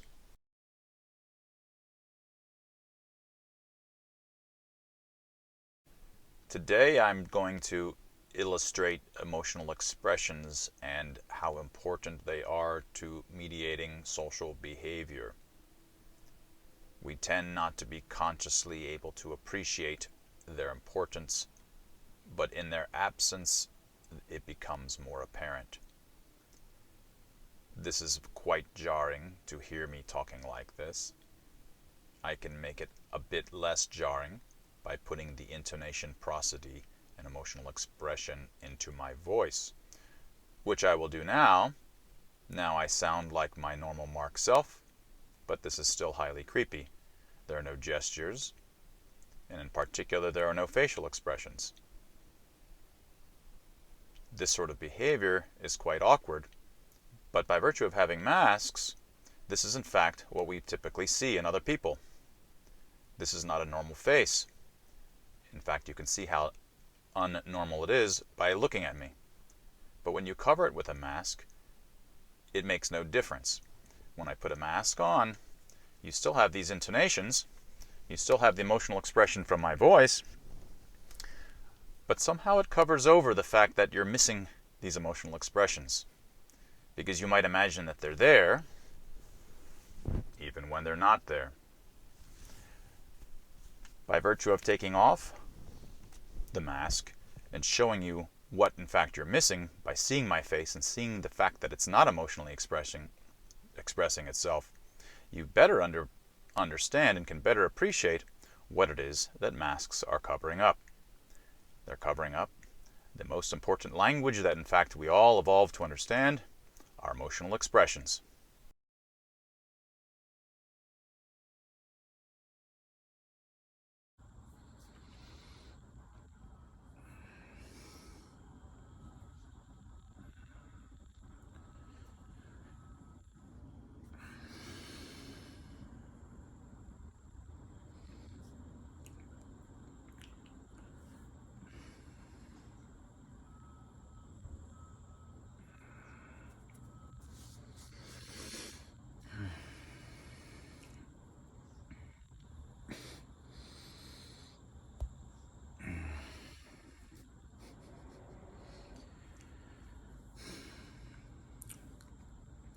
This is Dr. Mark Changizi with your Science Moment.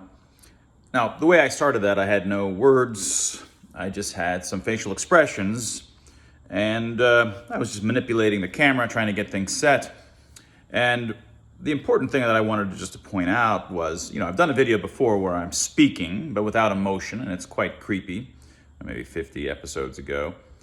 Here was just a case where, I had emotional expressions going on, and, someone was acting. I'm not a good actor. But you could sort of get the drift of what was going on. I'm trying to deal with the camera, trying to set it up, I'm trying to clean it. And it told its story of its own, and you could see this through no words at all, but through the emotional expressions which are often very subtle, that I was conveying. So without words, you still have a storyline that you experience and you feel in your bones as something is happening. Now, if I had done all of that with a face mask on, of course, it would have been no story there at all. It would have just been frustrating to look at.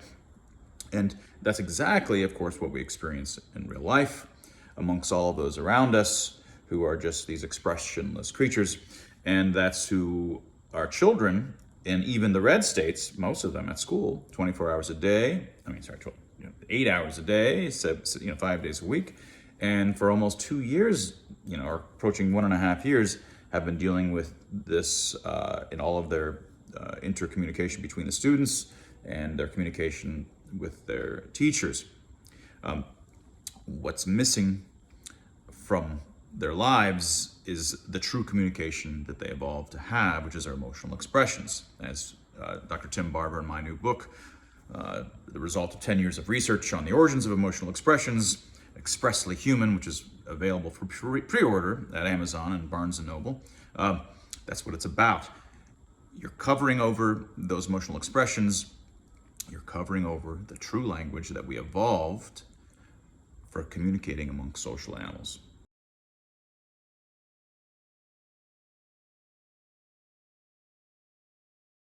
I have an earlier book called Harnessed, which argues that the reason we have music at all is not because we evolved an instinct for wanting to hear music per se. It's that music is culturally evolved over time to sound like a human.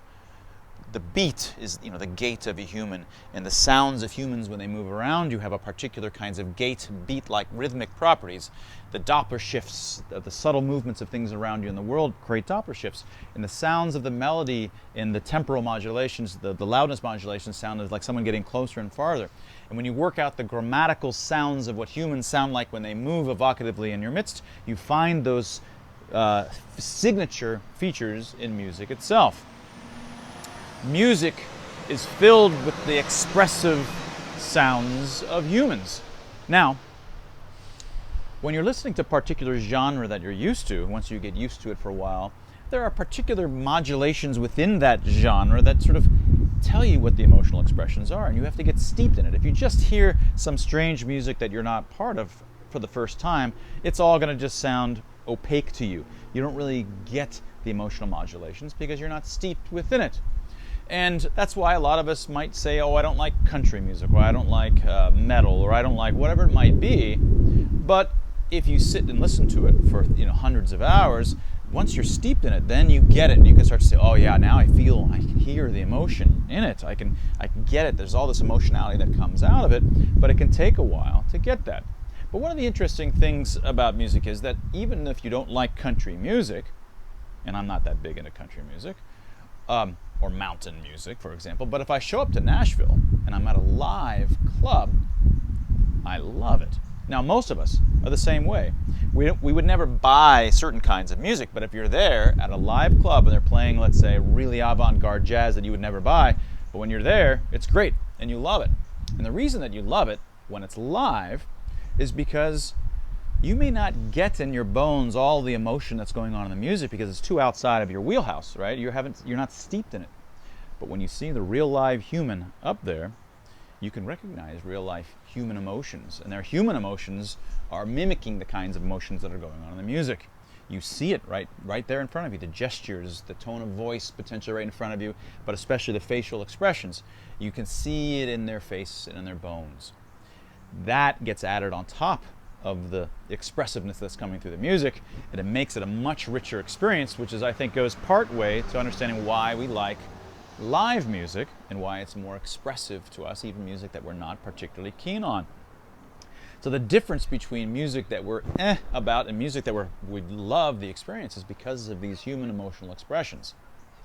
That's another way of showing you how important these emotional expressions are. So imagine going all day long, like some people at their work or children must do at school, covering up their facial expressions, which are the kind of thing that can take you from boring music that you would never listen to on the radio at home to an immense experience that makes your evening, makes your week.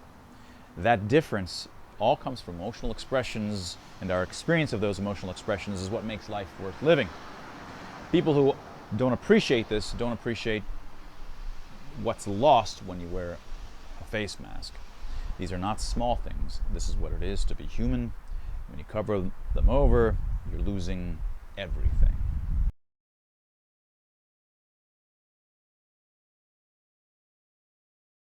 We've evolved special color vision that is really for seeing blood under the skin, to see the oxygenation modulations, which are signs of youth. So when you say that person has beautiful, youthful skin, the glow of youth, you're really talking about the blood under the skin and the oxygenation that you can see. The oxygenated parts are the red parts, and the deoxygenated parts are the veins. And it's only because we evolved to have this peculiar kind of color vision that we primates, this is one of the 2006 paper of mine, this discovery that the reason we have red-green vision at all is to see faces and bare skin, to see these kinds of emotional states on others.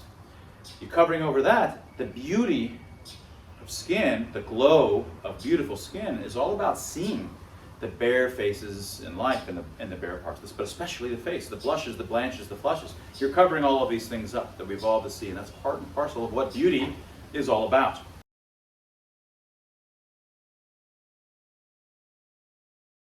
Welcome to Pistachio. Today we're going to talk about the face as evolution's television screen.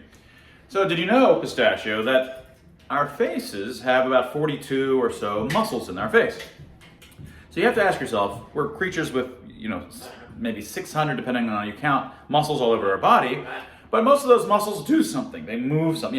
They're all involved with some kind of movement-related stuff. And here, most of these muscles, other than a few that are probably relatively, about eating or chewing, the rest of the stuff isn't doing anything in terms of getting us places or allowing us to open or turn or jump or all the other acrobatic stuff that we do.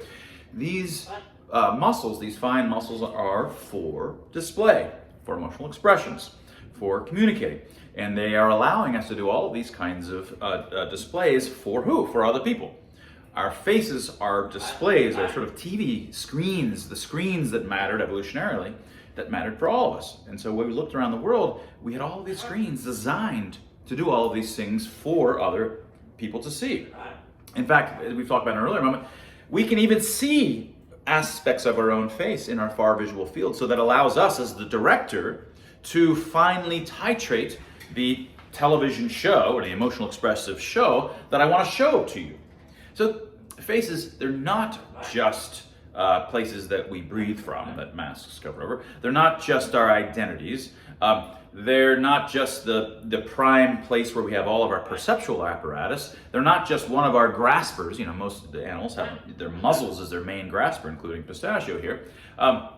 They are a TV screen, so to speak, upon which all of the other people in our social community watch.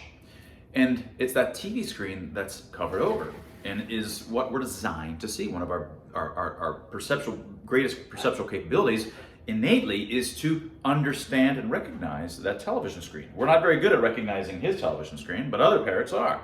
We're exquisitely developed to both send off these signals and to comprehend them. And when you put a mask on, you cover over evolution's television screen. Now, you know, we've got our book I keep mentioning, Expressly Human by Dr. Tim Barber and I. And just to give you, this is sort of the periodic table that comes out of our book on emotional expressions. We derive from first principles all of the emotional expressions that social animals have to have in order to compromise and communicate and get along. And it creates this new kind of this turns out to be 4 dimensions in ways that I'll maybe go into in another moment. But the space of all the emotional expressions, there's 81 qualitatively distinct kinds. These are the signals that we're really communicating to one another, and they're on these TV screens that are expressing to one another at all times. They're the true signals that really drive our relationships with one another and how reputation networks evolve over time so that we slowly stumble towards the truth. It's this table of 81 emotional expressions, which is these are in some sense all the channels that you can watch on evolution's TV screens, which is our faces. So you cover these over, you cover over everything that matters. Faces are not just any old part of the body. 42 muscles, instincts that are specifically designed to see that face. Humans are all about faces. And when you cover them over, you literally cut the connection between humans.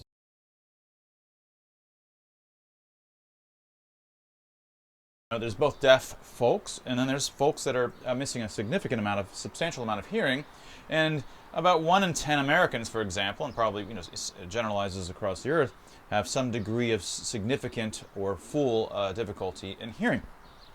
Now, there's 2 facets of this which are fairly obvious.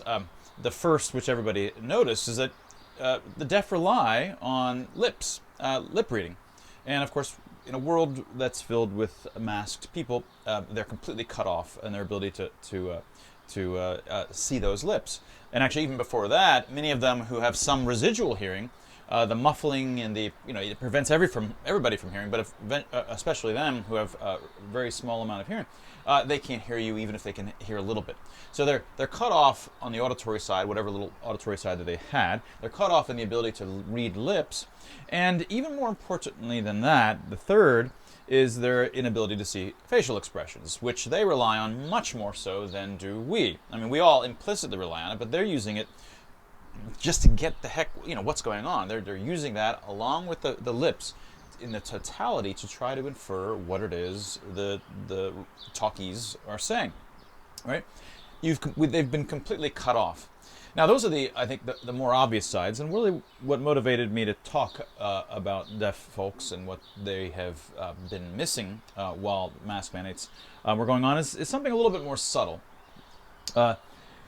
So I wanted you to try to imagine it's not merely that they're missing those things, but those facets of human faces and between the lips and the facial expressions are a much bigger part of their life than they are for our life. So, for example, let me just back up. One of the things that many of us enjoy when you're at a restaurant, you enjoy the sounds of the people around you. You enjoy the milling about. There's this hum of people talking, hum of vocalizations, hums of the sounds of people moving around you. In fact, I've argued in an earlier book, Harnessed, music itself culturally evolved to sound like humans evocatively moving in our midst. We're willing to spend much of our whole lives listening to the sounds of humans moving around us. That is just an extremely enjoyable experience. It's one of the most enjoyable experiences in our lives. That music has culturally come to sound like that, and we enjoy being around the sounds of evocative movers, the sounds of sitting in a coffee shop and just hearing the sounds of people around us. I hate to work at home. I work wherever I wish, and I like to get out of the house. I like to go sit in coffee shops. Why? Not necessarily because I'm seeing people. Yeah, I am seeing people, but even when I'm not seeing and looking at individuals, I hear them around me. I hear the beauty and the vitality of life around me. And that makes us all alive, feel connected. If you're deaf, well, you're not getting any of that. Right? You're missing all of that. You're not hearing the sounds of the music, which is sort of mimicking the sounds of human sociality. You're not hearing the sounds of the sort of the intonations and the vocalizations all around you. You're not hearing those hums. The only vitality you get from the social groups around you is visual. And the main place that you're getting it, of course, they're getting a little bit of the gestures, but mostly in those settings, they're getting it from the faces and the facial expressions. Pretty much the entire social connection that they get by going out is in the faces of others. Whereas for us, it's in the faces of others as well as in the sounds all around us and the artificial sounds of humans moving, and which Harnessed, I've argued in Harnessed, that's what it mimics. Their only channel of human connection. Not only are they missing what we're saying, missing the emotional expressions, but it's all they have. That is their human connection, is seeing that. So imagine walking out into the world where all you can see and hear in terms of human connection is just masked, surgical, clinical-looking, sterile, no life, no identities, no emotional expressions. You don't understand what they're saying. You don't understand anything. And that's your connection to the entire social world around you. Right? For 1.5 years or more, the deaf community, already cut off from the rest of society by virtue of their condition, has been thrown into an even farther quarantine, in some sense, social quarantine. Every day was an even deeper and harder social quarantine than you and I have ever experienced.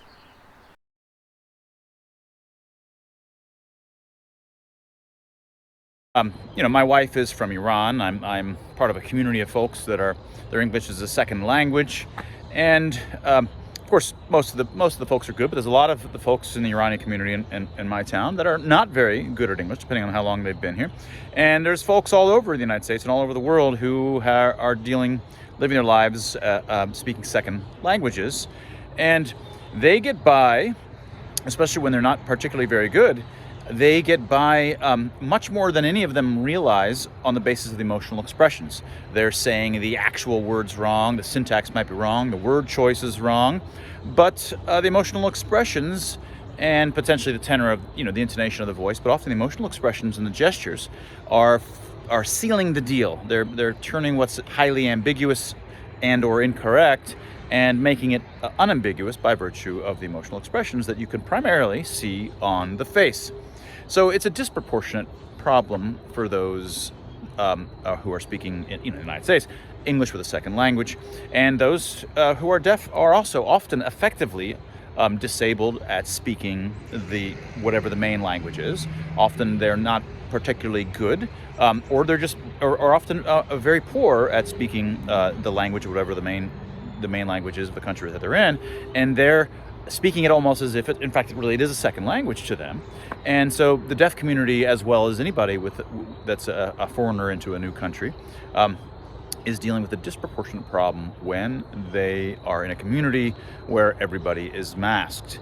The deaf not only can't read your lips and these other kinds of problems, it's actually much more multidimensional, the issues involved there, but everybody who is speaking the host language as a second language has disproportionate problems in dealing with their life, as my wife did. My wife deals with lots of people, and for a year and a half, all of the people that she dealt with were wearing masks, and she's constantly, of course, she's partially deafened herself by her own mask, and there's many other reasons that do, but her ability to communicate with them, her accent, her normal ability, she's highly expressive person, highly socio-emotionally smart, kind of regular person, but all of that's now taken away, and she has to really communicate like a logician using actual syntactic English, which she's highly handicapped at, and so this was a real problem.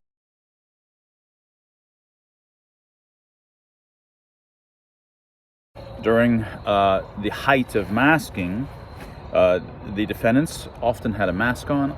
Entire jurors, all of them had masks on, and I think this is a terrible idea.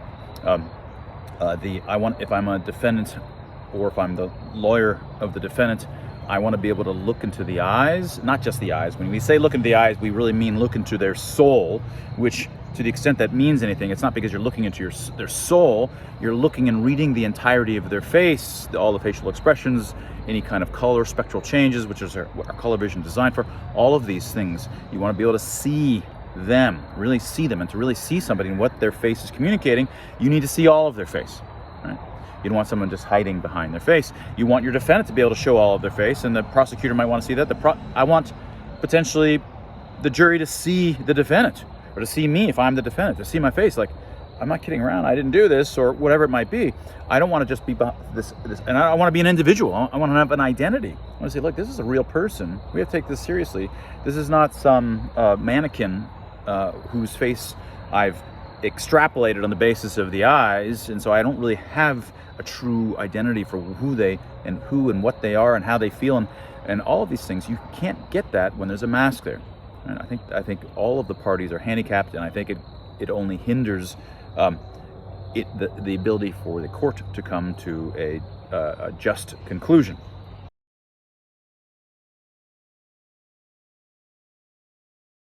Today, we're going to talk about the emotion space that emanates from Dr. Tim Barber and my book, Expressly Human. You may have seen emotion spaces out there, these little circles with different kinds of emotions hither and thither. Those are unscientific. They're not based upon some kind of reality.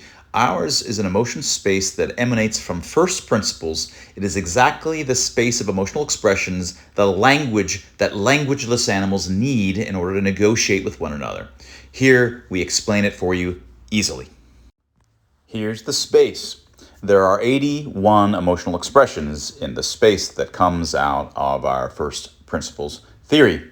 There's 9 groups of 9. And let's see if we can make sense of this without having to understand the entire space all at once. We really only need to understand 2 simpler spaces. The first is this, and it concerns the distinction between happy expressions and unhappy expressions on the one hand, the horizontal, and surprised versus relaxed expressions vertically. Any combination of these 2 dimensions leads to the 4 corners, for example, shown. But we also need to understand a second space.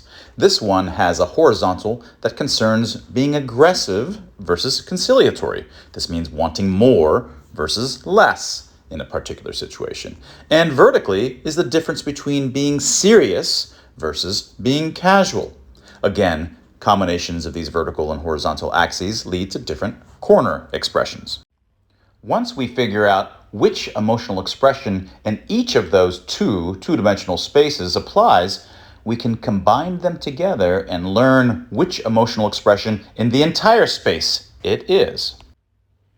Here are the 2 smaller spaces next to the larger space. The top space corresponds to the centers of each of the 9 regions. As you can see, for example, an unhappy face corresponds to the center of the right side region. While the first space tells you where within this diagram you end up, which of the 9 regions, the second space tells you which of the specific faces in that region do you land on. If in the first space no face is chosen, then That means we start from the very center face in this entire diagram and move in some direction from there. Now let's try it in a non-central region. Suppose, for example, that you're expressing unhappiness. In this case, it means that we'll be in the region on the right side, shown with the yellow circle. But now imagine that you're also showing pride. You're prideful. In this case, we're going to move up and to the left within the right side region, shown like this. If you're expressing unhappy and also expressing pride, that means that in totality, you're angry. Said the other way, angry just is a combination of the unhappy expression with that of pride. If you're still showing unhappiness, but instead are signaling respect, well, then that moves up and to the right within that same region. The combination of those two things is fear. That is to say, fear is a combination of unhappy and respect. Continuing around the circle, if you signal unhappy, but also humility, well, then that brings you down into the right within that same region to sad. That is to say, sad just is a combination of unhappy and humble. And finally, within that region, finishing the circle, if you're expressing unhappy, but now also simultaneously expressing disdain, that brings us down into the left within that region to something like disgust. That is to say, disgust is unhappy and disdainful. A few moments ago, we saw how angry is a combination of unhappy and pride. Well, what happens if you're instead happy? In this case, suppose that you're expressing happy, but now you're still expressing pride. In this case, the resultant emotional expression is moving up and to the left from happy in the center of the left side region. The emotional expression there is not at all angry. It's something more like smug, which is to say, smug is a combination of happy and prideful. If you were still expressing happy, but instead simultaneously expressing respect, well, whereas before, when it was on the right unhappy side, that was fear, now it's something like appreciative. And if you're signaling happy, but now also signaling humility, that's not sadness as it was when we were on the right unhappy side, but is now modesty. That is to say, modesty is happy and humble. And rounding out the circle on the left-hand region, if you're still signaling happy, but now signaling disdain, in the context of you signaling happy, the disdain means that in totality, you're something more like sneering. Now let's imagine that you're still signaling disdain, but instead of being happy or unhappy, you're signaling relaxed. In this case, we're in the bottom region and down to the left from the center, and we're at something more like teasing. It's like being disdainful, but not in a serious way. If you're still showing disdain, but also showing surprise, it's a completely different story. Now it's something along the lines instead of insulting. In this way, you can see how for any emotional expression in this gigantic space on the right, which is four-dimensional, you can unpack it in terms of two simpler emotional expressions. One from the first two-dimensional space on the upper left, which we call acknowledgments, and one in the bottom left emotional expression space, which we call responses. Each of the emotional expressions in this space is not just an emotional expression. Each is signaling a particular move in a negotiation or a compromise or a discussion with another social animal. The space of all negotiation moves, each move within that negotiation space corresponds to one of the emotional expressions in this space. And said the other way around, each of these emotional expressions amongst the 81 corresponds to a distinct kind of negotiation move, so to speak, between two social animals.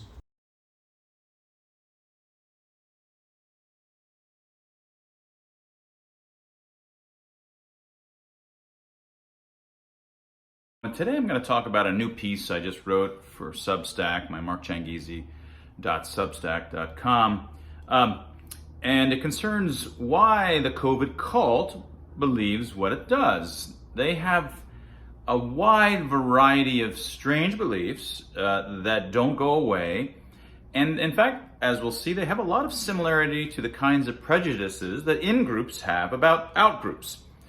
In-groups tend to believe lots of certain kinds of things about the out-group, and they often concern cooties. That is, the out-group is often treated as if they're infectious, gross, unclean. To hang out with them is to become potentially unclean if you do so. And what drives this is an instinctual sort of psychological notion of contamination.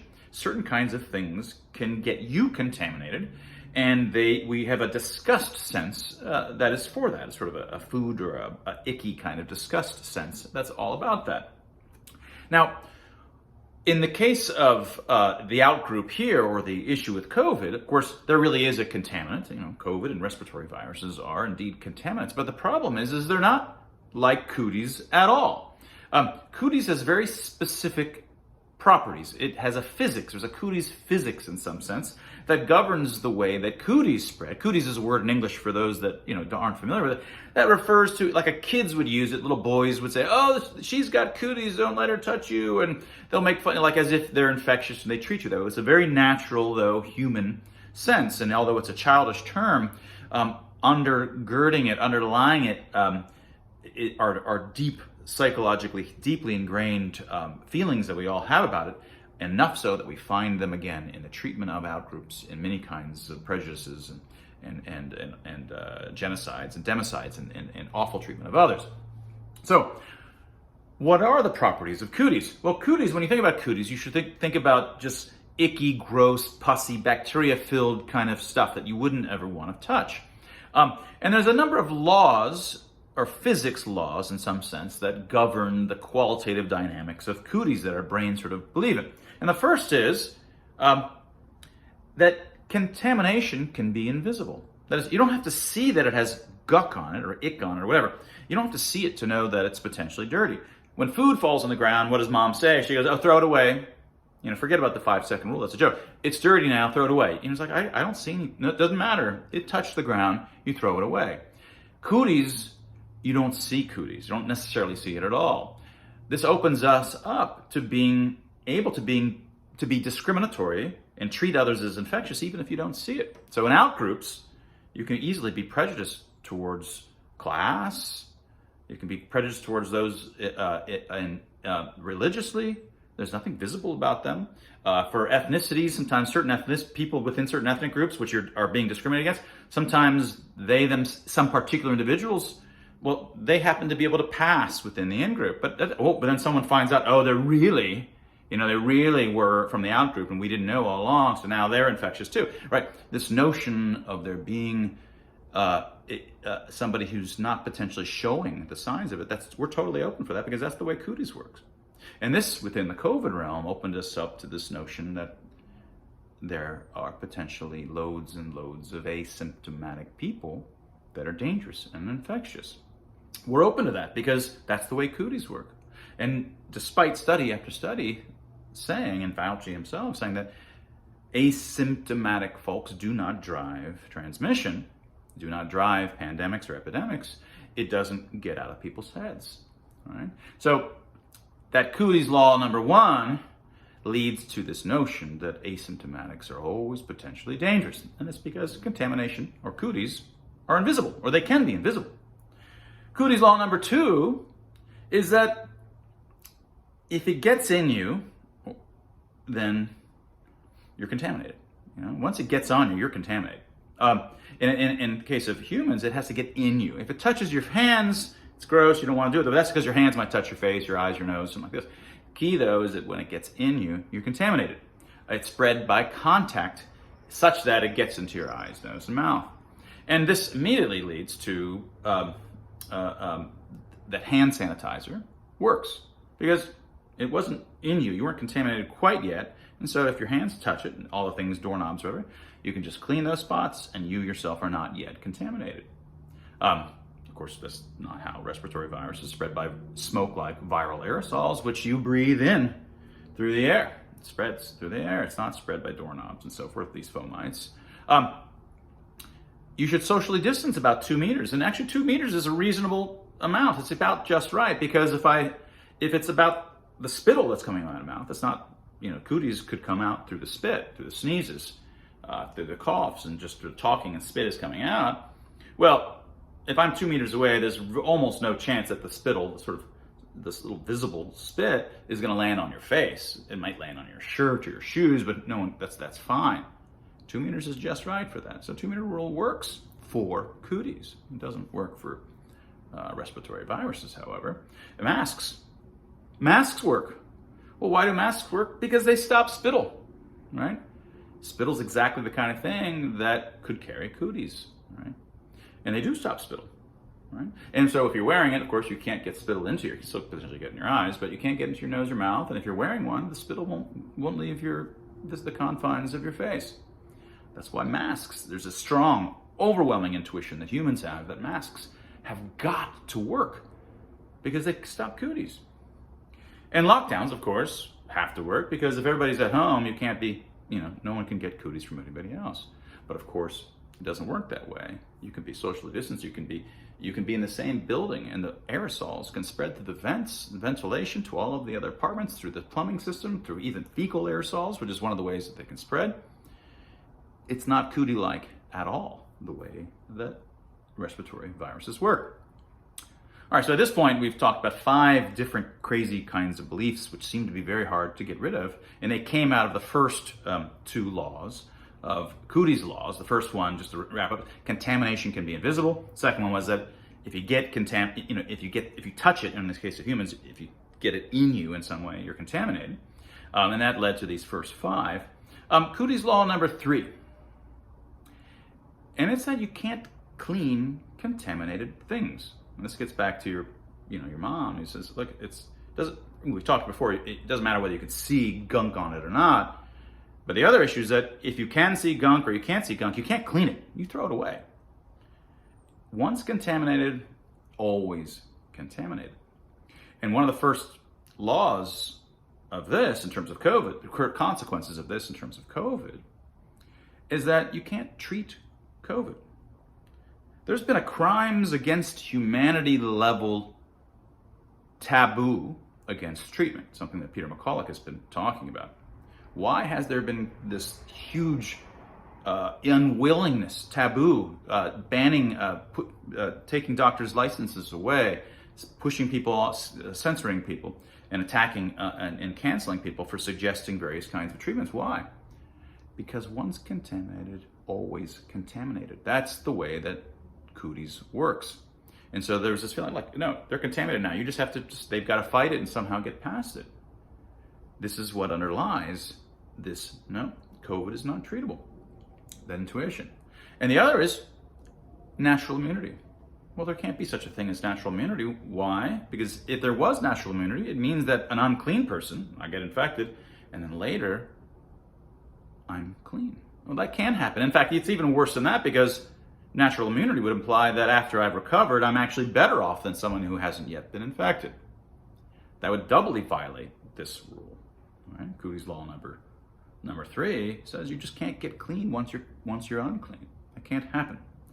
So for all I'm following from that is you can't treat it, and there's no such thing as natural immunity. That doesn't fit the Cootie's laws. All right, Cootie law number 4. If you get contaminated, it's a permanent, really bad thing. That's what cooties are like. Like, we don't know what the heck is in this stuff on the ground. It looks gunky or it's not. But if you get it, you could be really sick for life. It could be life-changing. That's just this general attitude about cooties. This is why you really stay away from things that are gross and disgusting and gunky and pus-filled and so forth. It could really change you. And again, I think this is what underlies long COVID. You can, once you've got it, okay, not only are you unclean, you're kind of unclean forever. You're kind of ruined because of this. There's this over and over again. There's these stories that, it stays with us forever. And as far as I can tell in all the readings, the evidence right now is that, of course, there's long COVID just because there's long flu and long colds. Respiratory viruses have a long history of causing problems in folks that last, often just change them irrevocably. But this is something that's true about flu, but only COVID got this because COVID fell within this mass hysteria and became to have, over time, the storyline of having all the features of cooties in this kind of mass hysteria, mass delusion. Cooties law number 5. Well, for cooties, anybody can get cooties, and any time you can get cooties. So there's not any psychological rule that says, oh no, like only people that are shorter than this can get cooties, and it's only in this time of the. No, you can get cooties anytime, anywhere. So that is why we believe that anybody is susceptible to COVID. Even though the data has shown, it's 3 orders of magnitude, 1,000-fold difference between those who are, children all the way up to those who are 80 plus.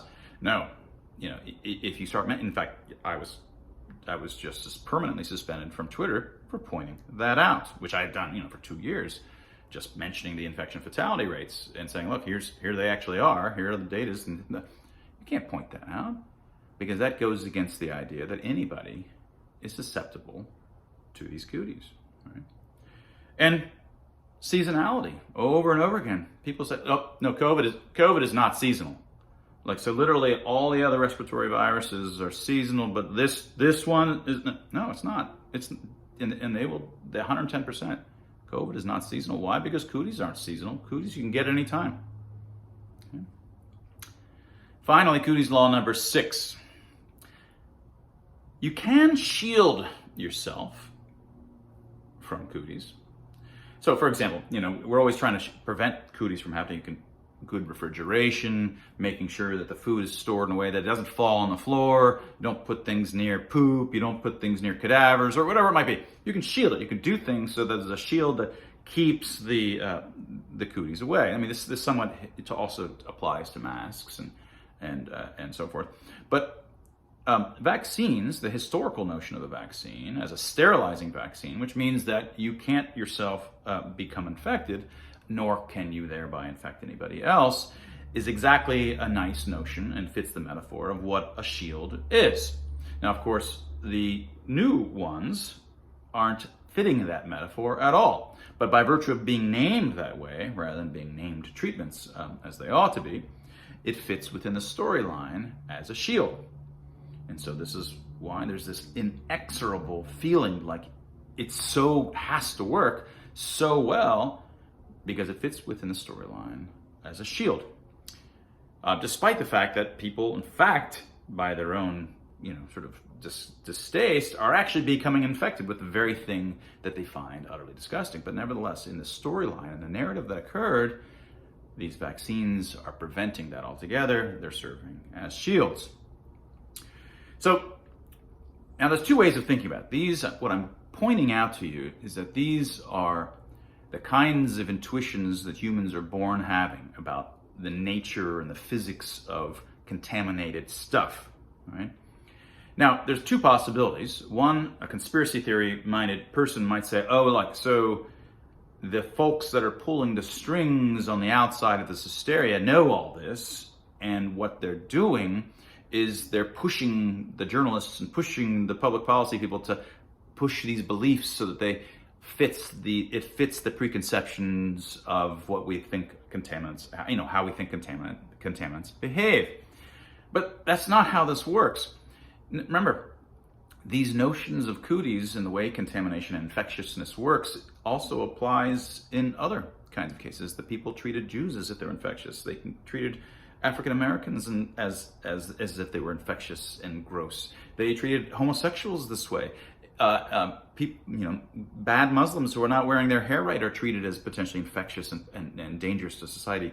And now those who are not vaccinated are treated as unclean and infectious. And of course, now they all are potentially they can infect others. But it's still relying on these same metaphors, the same notions of cooties find their way in all of these kinds of discriminatory behavior against outgroups. And it's not because there's puppeteers on the outside that figured this all out. This has been going way before the 20th century.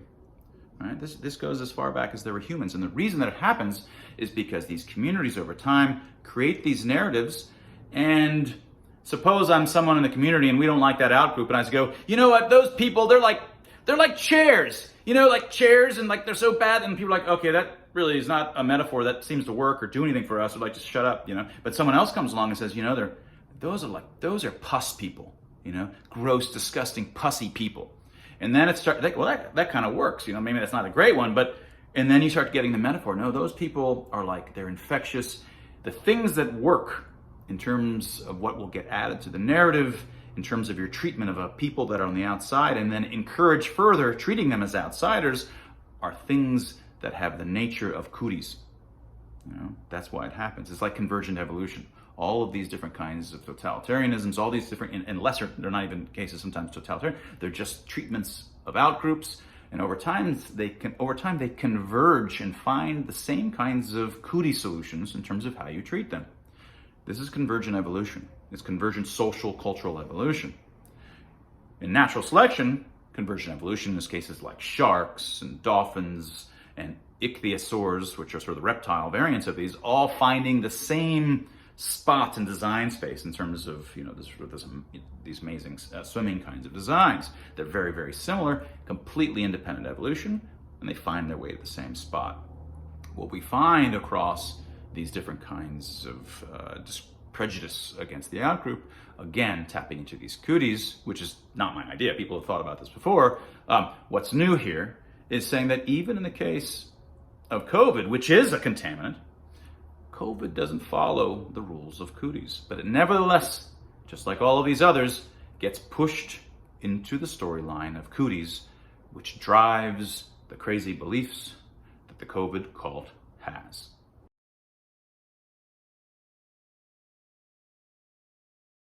Now, you could imagine a libertarian having the viewpoint, but still, if you want to wear them, that's fine out in to public accommodations. And certainly that's a viewpoint you could have. You're not allowed to demand that they be worn, but people can wear them if they want. I think there's two different further cases that can be made. One is that if you're a public accommodation, I think you should be able to say, I don't want anybody wearing a mask in my place at all. In fact, I think there's potentially a case to be made to saying that no public accommodations should, generally speaking, allow people to show up masked. You've got counterexamples like Halloween and some very certain kinds of counterexamples that you might have. But as a general rule, masking should be something that is allowed to be disallowed by public accommodations, by the private company. And I think potentially that it should just be something that's not allowed at all. So what would be the basis of this kind of, how could you justify this sort of thing? Now, I think this kind of justification is the kind that emanates from our evolutionary fundamental human nature. There's lots of things that we take for granted in terms of how humans are allowed to behave with other humans. There's whole suites of kinds of behaviors that we disallow without it ever even having to be written down that it be disallowed. They're human universals that come not through logic. They don't come from math. They come from our human nature and just what it is, right? That's their foundation, our human nature. Now, one of the most important facets of our human nature is that we are social creatures. We're social. We're inherently social. Much of our brain is devoted to dealing with the fact that we're social. And emotional expressions themselves, something that Dr. Tim Barber and I in our new book, Expressly Human, which, by the way, its launch its launch back in July has been completely crushed by virtue of censorship at Twitter and elsewhere. Our emotional expressions on our faces and our gestures and our intonation is entirely about human contact with others. It's all about human greetings, human interactions, about building reputations, about disagreeing, about conversation. All of the things that humans do in real life in front of other people requires a face interacting with another face. Sure, I might shake hands with you, but you know what people do in cultures that shake hands? They look into each other's eyes while they're shaking hands. And they're not just looking at each other's eyes, they're reading the face. They're seeing the face. Who are you? And in that process, they're also emotionally expressing certain levels of confidence or submission or whatever it might be. In other cultures, maybe with a kiss on the cheek twice, they're still looking at each other in between. Whatever other stuff that's going on, it's those faces, which is like a protocol. It's the protocol of human nature for how we click. Now, we may not click with everybody in the room, but if you want to walk in and you're unable to click, you're like a Lego piece. That's a different kind. It's not, it's a different brand. It's one of these Lego-like things. You just can't click in to any of those Lego pieces. Our human nature is like being Lego brand Lego pieces. If you want to interact in the human space, you need to have your face uncovered so that you can do the clicking, the social clicking that is required by our human nature. Now, what are these specific things? Well, of course, first and foremost, it's here I am, here's who I am. When you come into my space, I want you to identify yourself. It doesn't have to be via an ID. I want to know, okay, here's who you are, here's your identity. If you end up doing something naughty, something bad, something out of, or say even something great, you do something great, I want to know, because I want to be able to modulate your reputation on the basis of what you did. At all times when our faces are showing, we're telling others around us, I'm here and I am allowing my reputation to modulate on the basis of what I do. When you walk in and you're covered up, you're saying, I want to be able to do whatever I want and not have any consequences. Right? So first and foremost, you're telling others, I'm able and I'm willing to submit myself to the reputation consequences, to the social capital consequences of my behavior. If I do something and I try to run away, people say, no, the person looked like this, and you can identify me, right? And they can later look back and say, like, yeah, he was a real douchebag. He did these things. If you want to enter the social space and engage with other humans, then you need to show us your face. That is the protocol. This is an implicit contract for what it is to be a human being. So I think there's a strong case to be made that individual establishments can ban the face coverings. And I think there's potentially a further case that face coverings can, in general, be banned altogether. So I'm not laissez-faire libertarian about this, that, oh yeah, you can walk in and just wear a mask, wear a ski mask if you want, indoors, come to any social space and not identify who you are. No, that goes against what it is to be a human in the implicit contract of who we are.